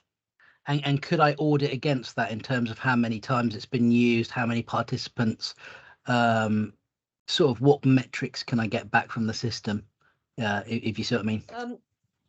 Really great question. We are working incredibly hard at the moment on all the metrics. So we've started to, in the platform, I don't know whether you saw on that homepage, let me just flip back to the homepage. We've started to get metrics on top contributors, on number of scenarios in the library, which are hours, fair shared, all that type of stuff. We're getting a lot of metrics, and those will start coming. So those are library-wide metrics and user-wide metrics, but they will start coming into your scenarios. So you can get your view on your scenarios, the downloads, the previews that have happened to a scenario, that type of stuff. So all those metrics, this functionality is about, I don't know, 3 months old or so. And from the library, you can see we'll bring more and more stuff in there, Nick, because one of the things that we're trying to do is literally also be able to recognize stuff. So this is a really pivotal scenario that you've developed here. Loads of people are using it, all that type of thing. But also to be able to help clients where maybe they've got a number of licenses, but lots of them aren't being used. So we want, for us, it's really critical that you guys get value from it. So we're developing ways of just nudging to say, your licenses aren't being used, or you're at the limit of your licenses. Do you want to free some up? Or so helping to just provide insight about what's going on in your platform so that you can actually make use of that asset that you've got, and your community can sort of maximize benefit from it. And I guess the other thing I was wondering is there a plan? So, for example, if I take a clamshell thoracotomy into A&E as a sort of as a departmental sim, I can look at time of response, time it took the trauma team, because that kind of organizational kind of metric, that really helps show your value to your organization, that the time to get the chest open was reduced from 15 minutes to 5 or whatever, or the level of confidence trainees felt with this procedure had it improved. So those kind of very simple kind of confidence intervals, and sort of again, maybe it's a conversation you and I should sit down. Yeah, I'd love to talk about that actually. Yeah, because one of the things would be, so if you look at that learner needs, I would expect to see something in there around that, which is, we know that the average time is actually higher than we want it to be and need it to be. So the part of this is to actually try and skill people up. The measurement capability doesn't happen in Iris for that.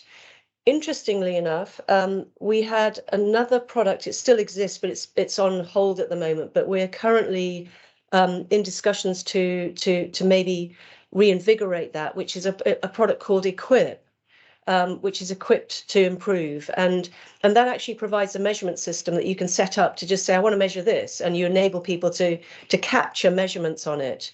and then your data is in your database around a particular metric or so. So that almost feels like it's more, but there'd be an interesting conversation, Nick, in terms of what you're talking about, because that's exactly how we would want things to be, is almost the more you can measure stuff and show measurable difference in terms of skills and a shift in capability on a curve, it would be fantastic. Well, it's just one of those things where when I go begging Rosie to fund my latest pet project, I kind of like to say, you know, I can get this A&E team, you know, 150% more confident with clamshell thoracotomies, and I can get our time to the chest down from, you know, half an hour to 5 minutes, and maintain all this kind of stuff. So it's sort of I think it's got real power, because obviously one of the things we've always struggled with sim is the proof that simulation improves sort of that stuff. And you know, obviously some of those big events, which thank God are quite rare, but when we have those, we can actually look at performance on the actual event related to sim and see whether or not it correlates or not, which I think is, you know, an incredibly powerful tool. I think what I didn't show is at the end, the last bottom of the step 12 underneath the readiness is lessons learned, and that would be an initial place where you start capturing those sorts of things. So you could use that literally to capture data over a period of time, just manually, Nick, in that case. But you know you're starting at around 30 minutes, and that's your learn, your learner need, and then you literally start capturing observations of what did we achieve with people in the sim, and then how are we seeing that translate into actual practice. And that's sort of stuff you could literally capture the data around it in that lessons learned, that this actually is being effective. And that's then your reference point for sharing and stuff. Brilliant. Thank you. Thank you, Alex. I'm going to stop you there because there's a number of conversations that could happen from here, and sort of mining big data in a simulation community way is bigger than this meeting. So thank you very much again. Thank you. We are distributing licenses as Alex has said. Thank you, Alex. Thank you to everybody who's contributed and made comments. We're going to move on now to what is the round robin, and I'm just going to share my screen for a moment because this is what I'm going to be running to. So I'm going to ask for it's a few minutes each, but we're not clock watching for any of this meeting really, but we're going to go roughly according to that. We're going to go according to that order: Matthew, Jackie, Ian, Rosie, Karen, Jane, Jag and Jen. That's the batting order, but we should have time for anybody else who wants to add something and a few moments for questions and comments. And so if I stop sharing my screen now, I'm going to pass over to Matthew. And thanks, Matthew. Thank you, Andy. Hello, everybody. My name is Matthew Stanforth. I am an A&E consultant in Worthing. I wanted to share a kind of concept or idea with you, which is called an apprentice program, which I'm setting up for our EM, ACCS and higher trainees. Bit about me. So I've been a local lead with the trust, a regional lead within KSS in emergency medicine and involved with the college, those sorts of things. I've been a lead within the region on and off over the years, last 10, 12 years. Bit of time at setting up a program, the EM Leaders program, which is a theory-based program up at the college.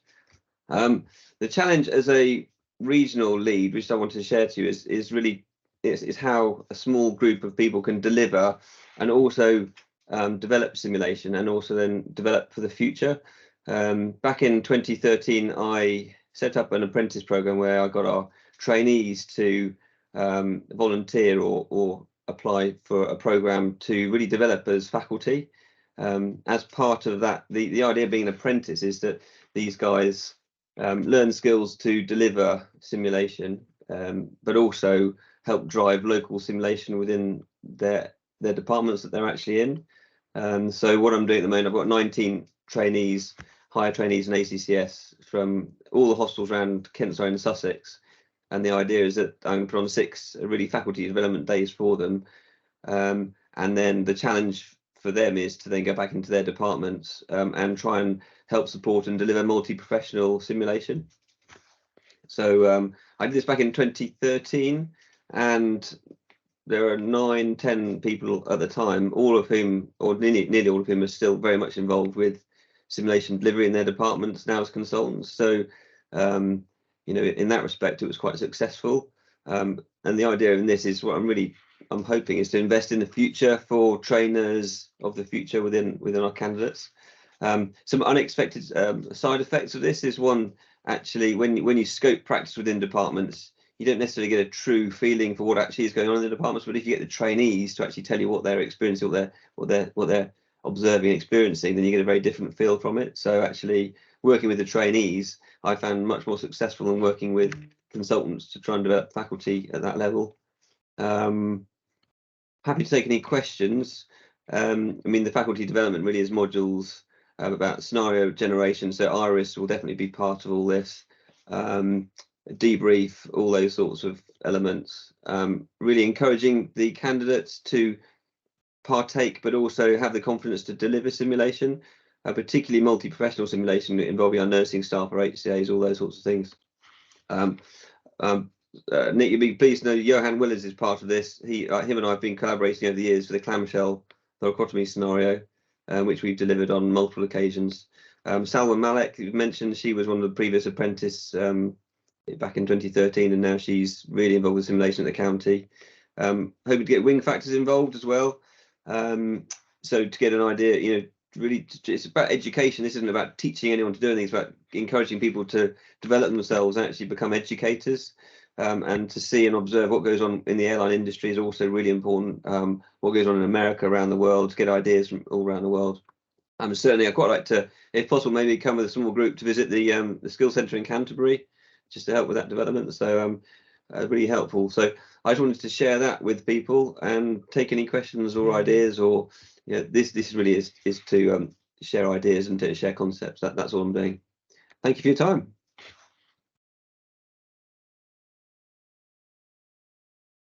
Obviously, anything I can do to support will do. I'll email you separately. Cheers, Nick. Lots of appreciative signs coming from the people with the cameras on, and thank you for that.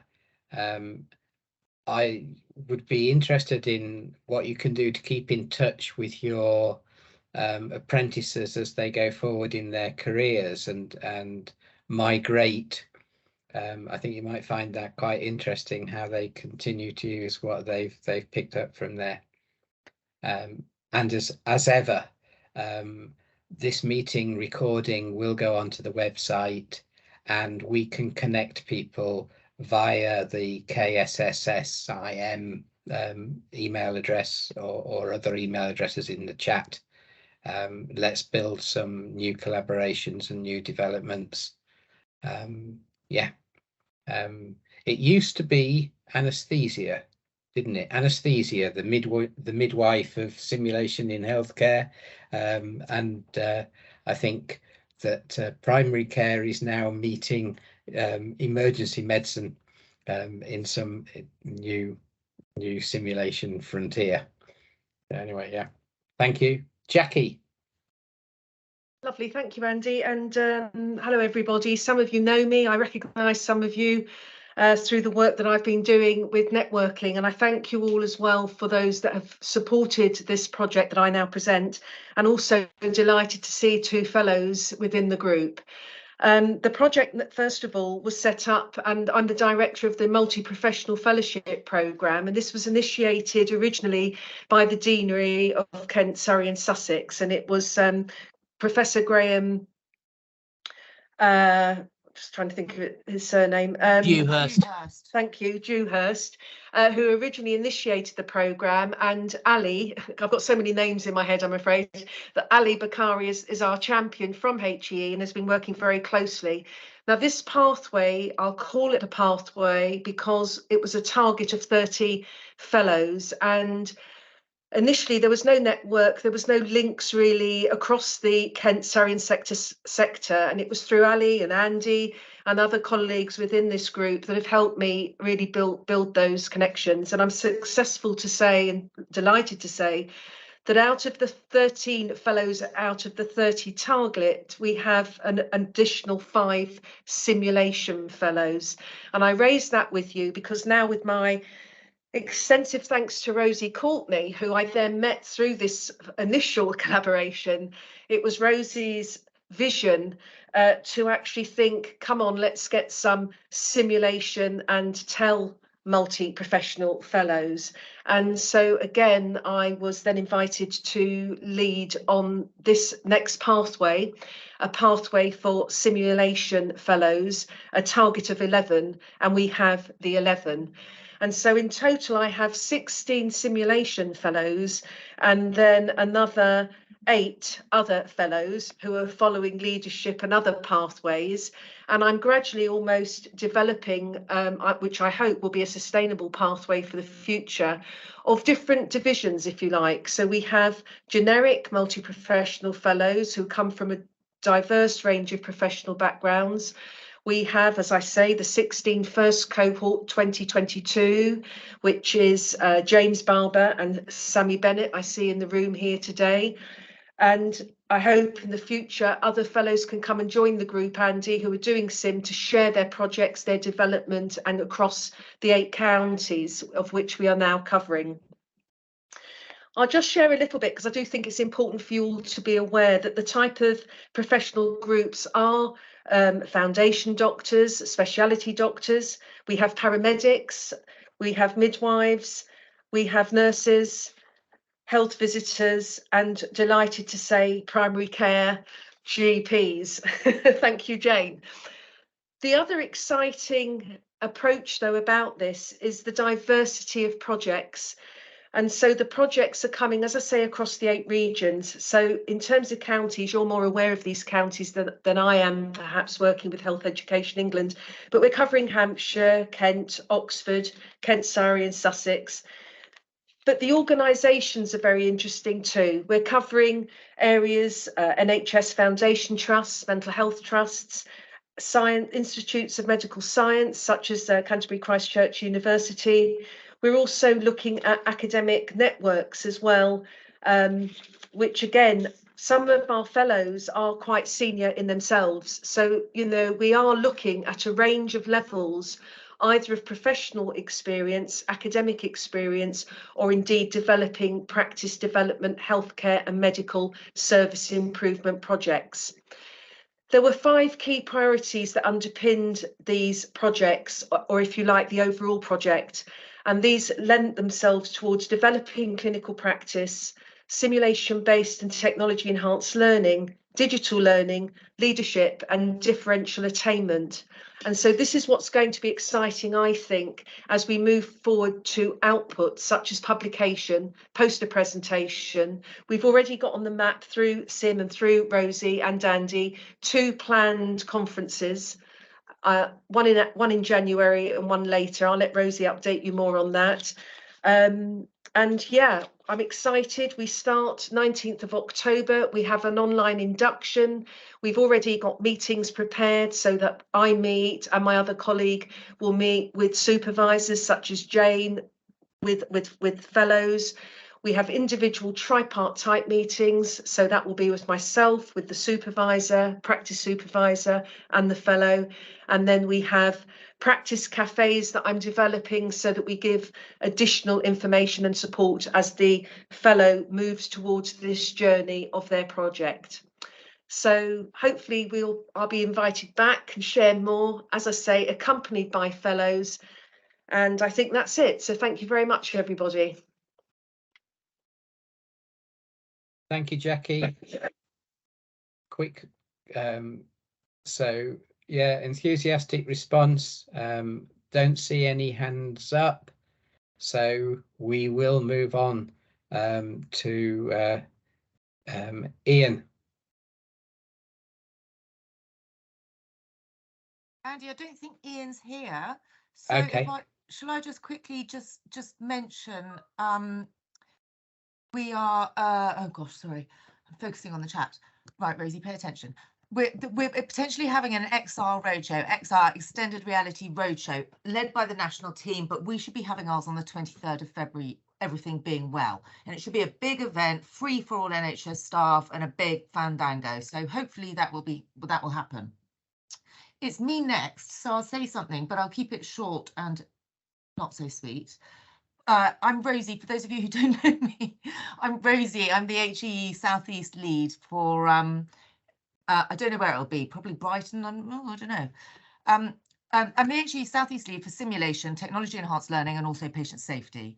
As you'll be aware, we are merging with the NHS, with NHS England, and it's a very tough time at the moment, you know, and as this meeting's being recorded and will go up on a website, I won't, you know, I'll keep it corporate, but it's very uncertain times.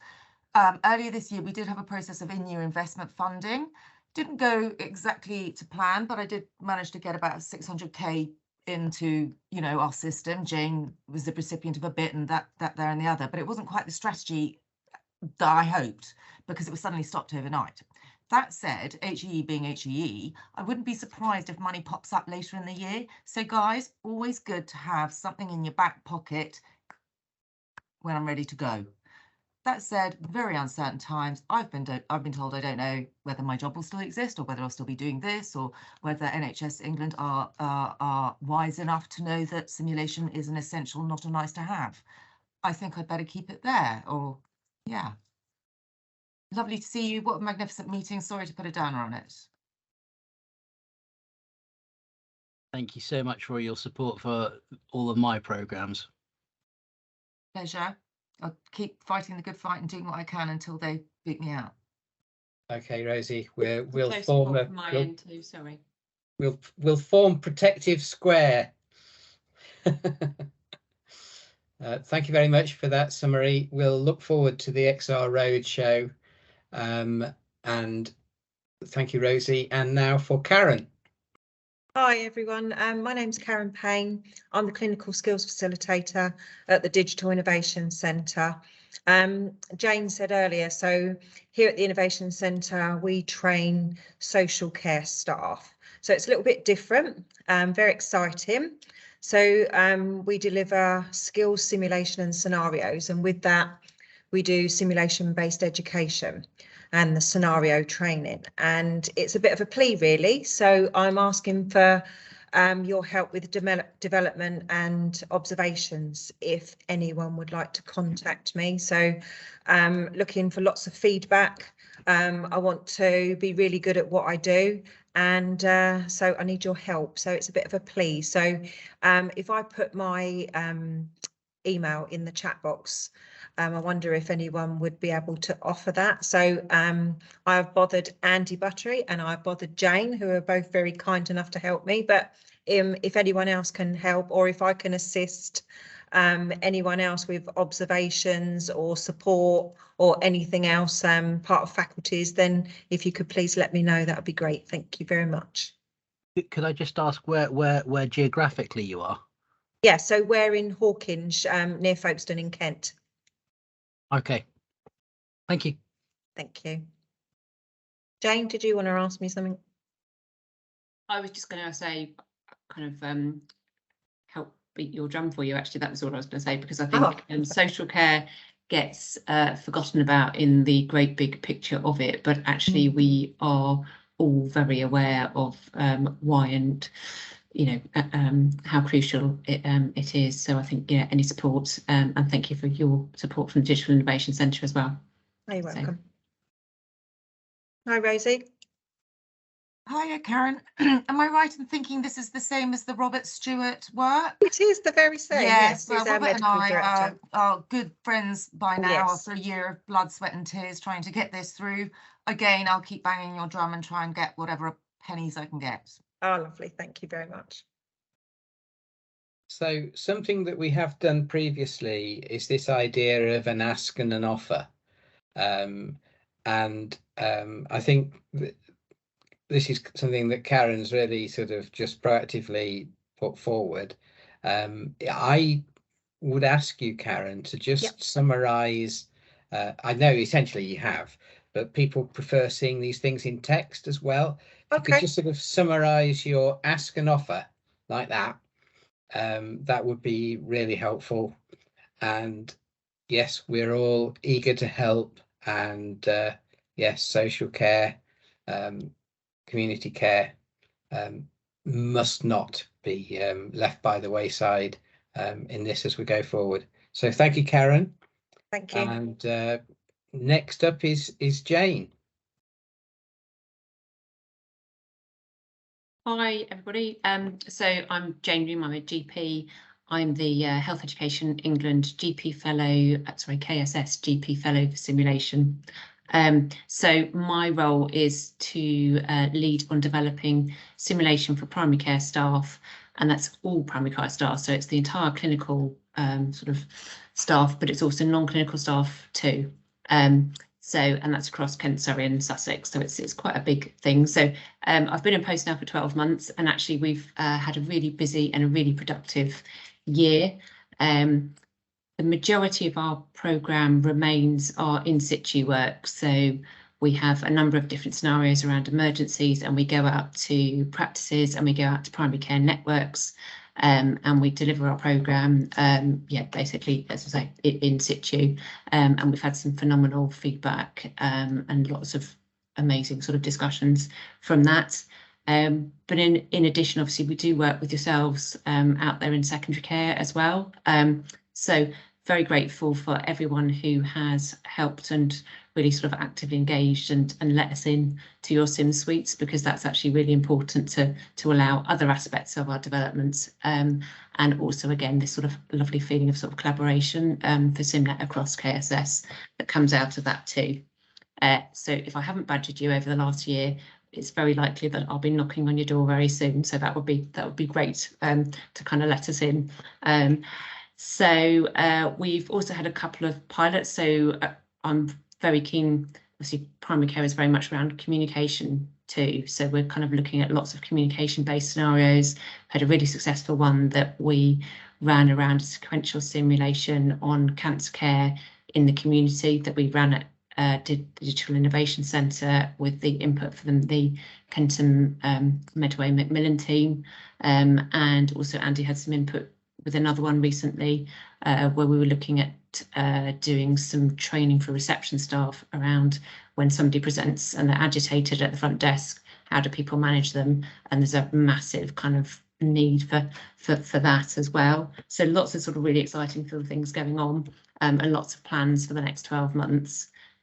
Key to that is our faculty development. So, it needs a lot of people to be able to sort of deliver this programme, and we're up to about sort of 30 people that we've got. So people in various different sort of stages of training, but we have kind of quite a sort of, well, lots of faculty development that goes on now. And I'm also really proud because we actually are very interprofessional. So we do have a lot of GPs, but we have general practice nurses, we have primary care workforce leads. Hello, Sandy. We have clinical pharmacists, we have physicians associates, we have GPSTs, and I've also got a healthcare assistant and a pharmacy technician that are wanting to train up as well.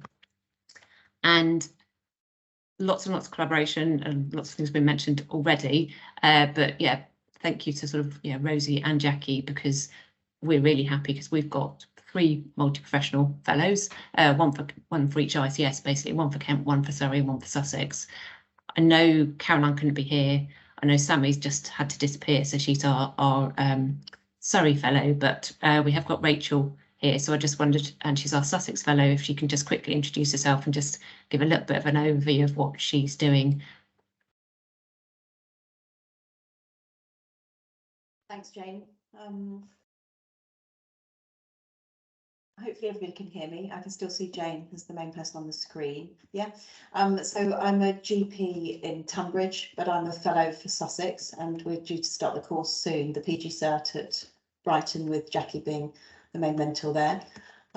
So I'm getting involved with the current scenarios we're using in primary care, just getting used to delivering those and debriefing. But then I'm hoping to do a project. My main project will be on emergency scenarios with coil fittings, which I think a lot of people in primary care, both GPs, practice nurses and healthcare assistants would all benefit from some practice rather than have those scenarios happen with patients. So that's the main project I'm wanting to deliver, but there's quite a lot to do this year with the PG cert, but hopefully we'll have something to present, or as Jackie was saying, at least have a poster or some kind of presentation at the end of the project. Thanks, Rachel. So it's all very, very exciting. And also those of you that are going to ASPE, I haven't got a workshop, but I have got an oral presentation. So it'd be lovely if I saw some friendly faces in the audience there. That would be great. So thanks all. Thank you, Jane. We'll all turn up for your presentation and throw stuff. Okay, so Prof. Dander, Jack Dander, we're looking forward to hearing from you. Hello there. Afternoon, everybody. Quite a few familiar faces. Hi, Jackie. Nice to see you again. Hi, Nick. You'll be glad to hear that the diploma has started. First day was on Saturday. I'm just hi, Ali, and hi, Rosie. I'm just going to give you a bit of a whirlwind summary of what we've been doing over the last few months, and I guess really that we are hosting a VRIMS event in Kenya in 4 weeks' time.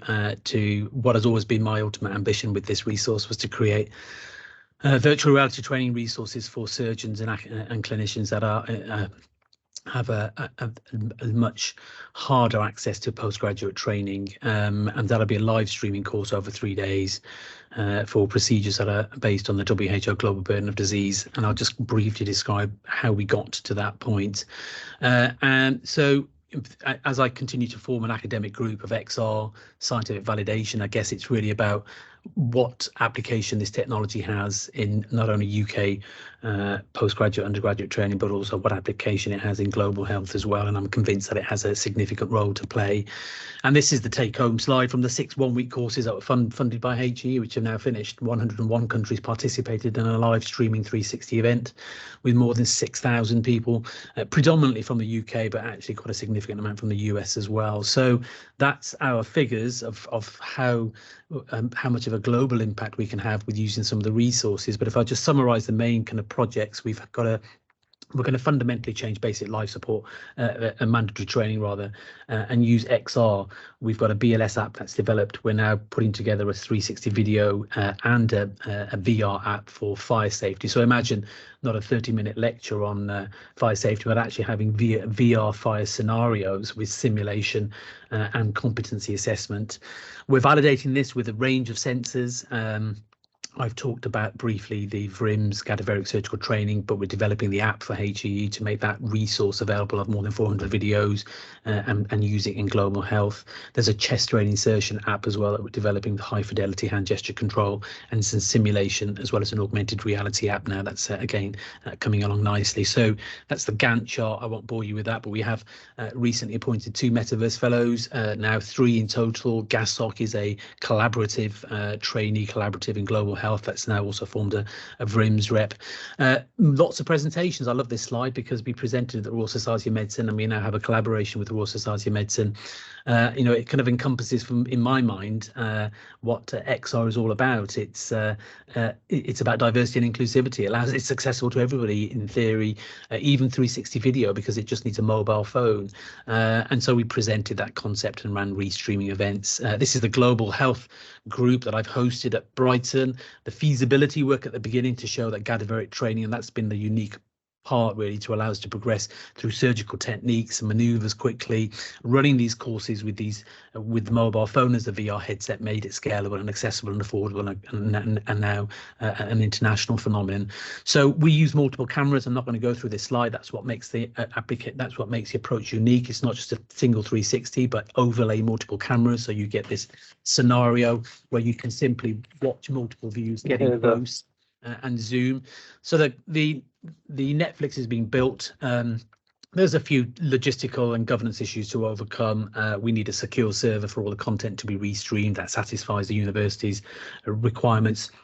we need all the surgeons who have participated mindful of their GDPR consent and intellectual property rights. We need to be mindful of that and get that all consented and make it watertight.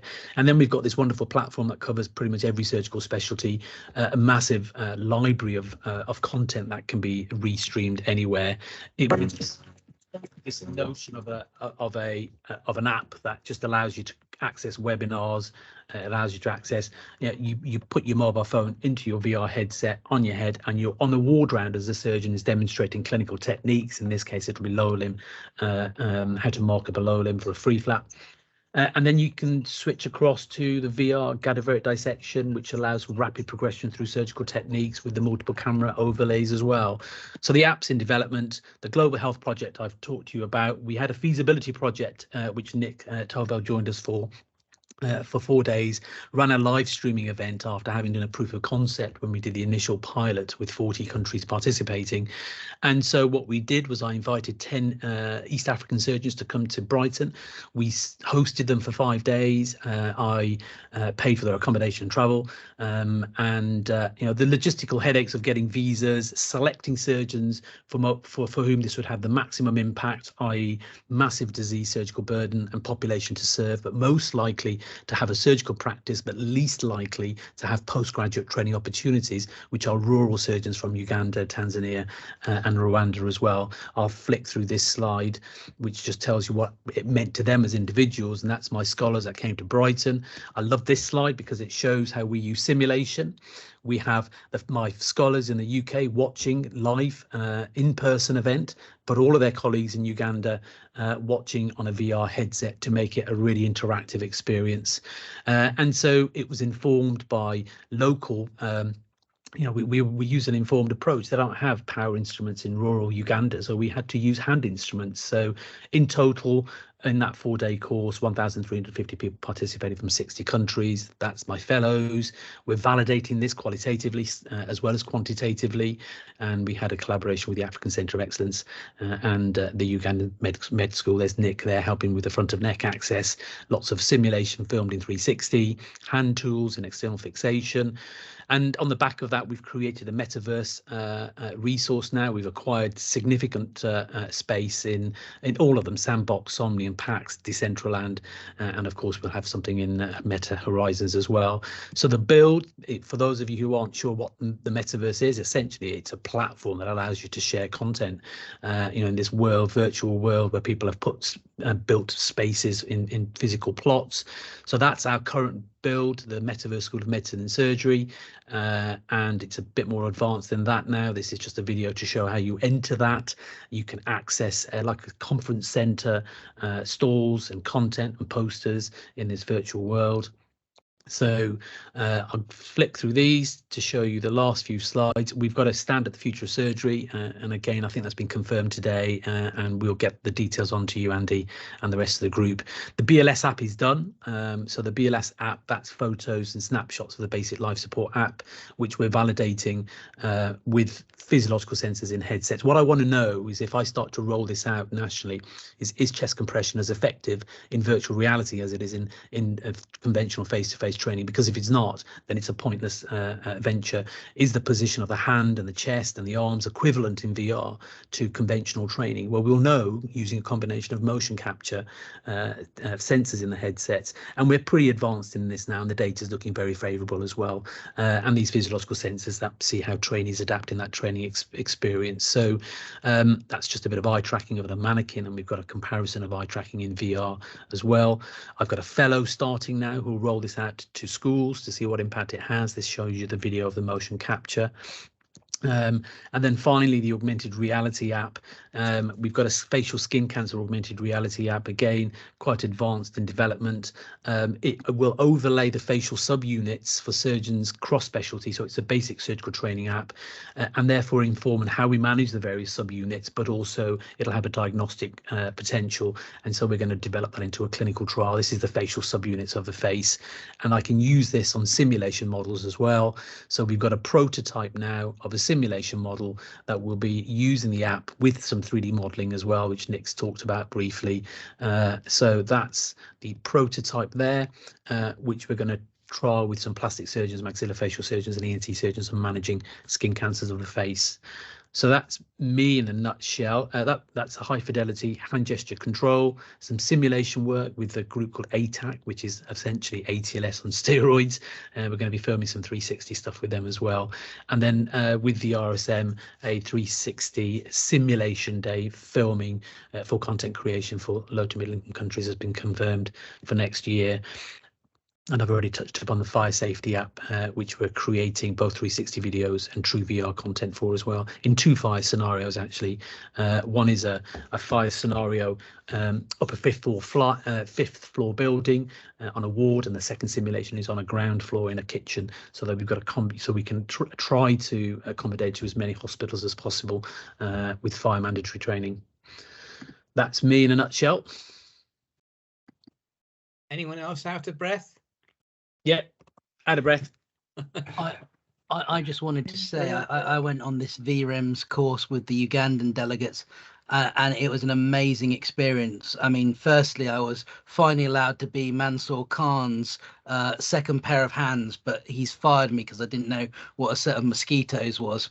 But it was truly humbling being around the delegates and you know what they were able to do and how grateful they were for what we were able to offer, or Jag was able to offer. I sort of just turned up and did what I was told, which is my usual role. But it's kind of the amazing thing about the course was we were having banter with the surgeons in Uganda at the same time. So while we were teaching in or while Jag was teaching in Brighton, you know, he was getting a bit of push on the apps and stuff like that, and it truly was like they were just in a different room in the same building to us. It was absolutely amazing.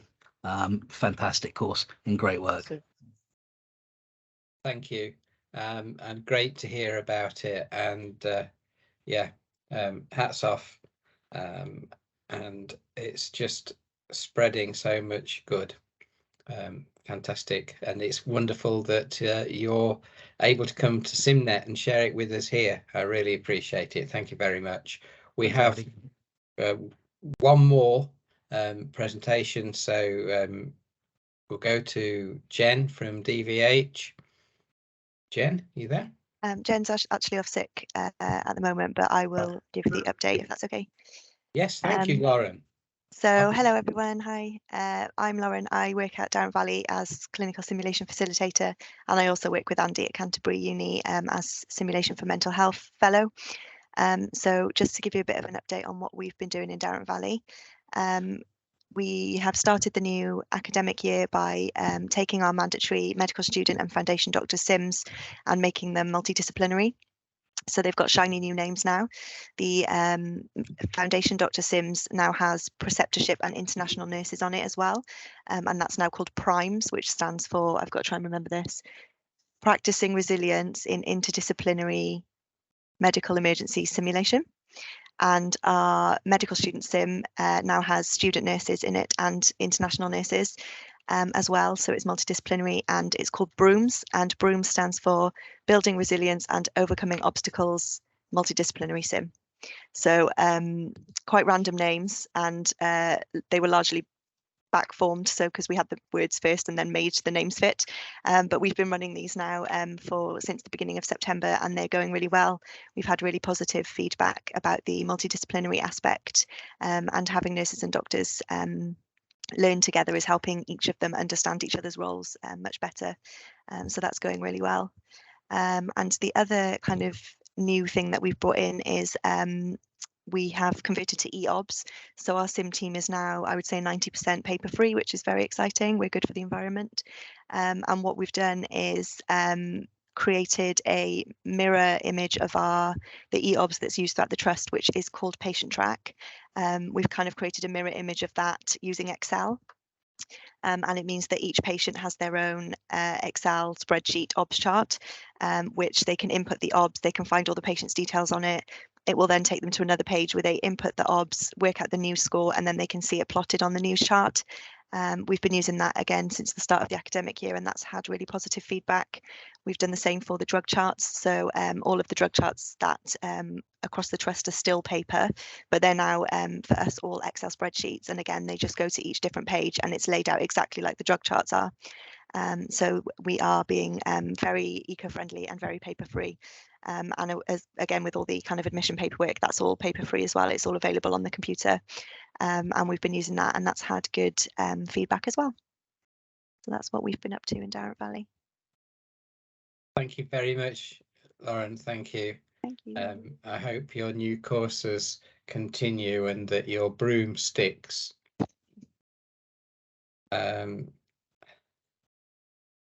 That brings us to the end of the meeting. We have overrun slightly, so thank you for your patience.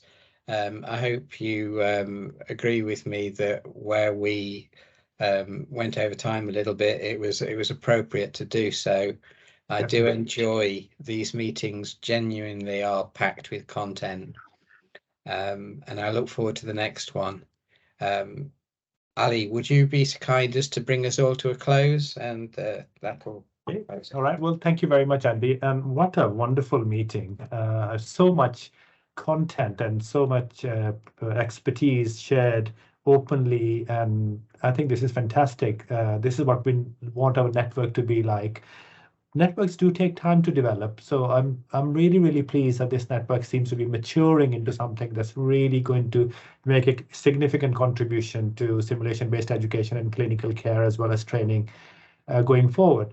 No matter what happens to the NHS, he or he, I think simulation-based education is here to stay. There's no doubt about that. It's a solution to so many issues that it can only go one way, which is up. There is no way it's going to go down, no matter what initially we say, whether it's recognized or not recognized. But all of you have shown that it has a place that is, really significant and central to delivery of clinical education. So that's really great. That's what I would like to say. I mean, there's so many new things that it's almost worth not commenting on them, because it will just do injustice to what you have shared today. So well done to everybody. Thank you very much. I would just like to say one last thing, that I'm stepping down. So this is my last meeting as the Associate Dean for simulation across KSS, but you have such momentum. Keep going. And you have Andy as your advocate and Rosie as your advocate. So onwards and forwards. Thank you very much. Back to Andy. Thank you very much, Ali, Prof. Bakari. Thank you for all you've done, and may we wish you the very best wishes and all the best for the future. Thank you so much. I'm always reminded of Newton and the pound note. I only saw so far because I stood on the shoulder of giants. Thank you. Thank you very much. Well Thank said, you, everybody. Okay. Thank you, everyone, and goodbye. See you next time. Thank you. Thank you. Thanks, Scott. Cheers. Thank you for the spotlight today, Andy. Really appreciate it. And thank you, Sally.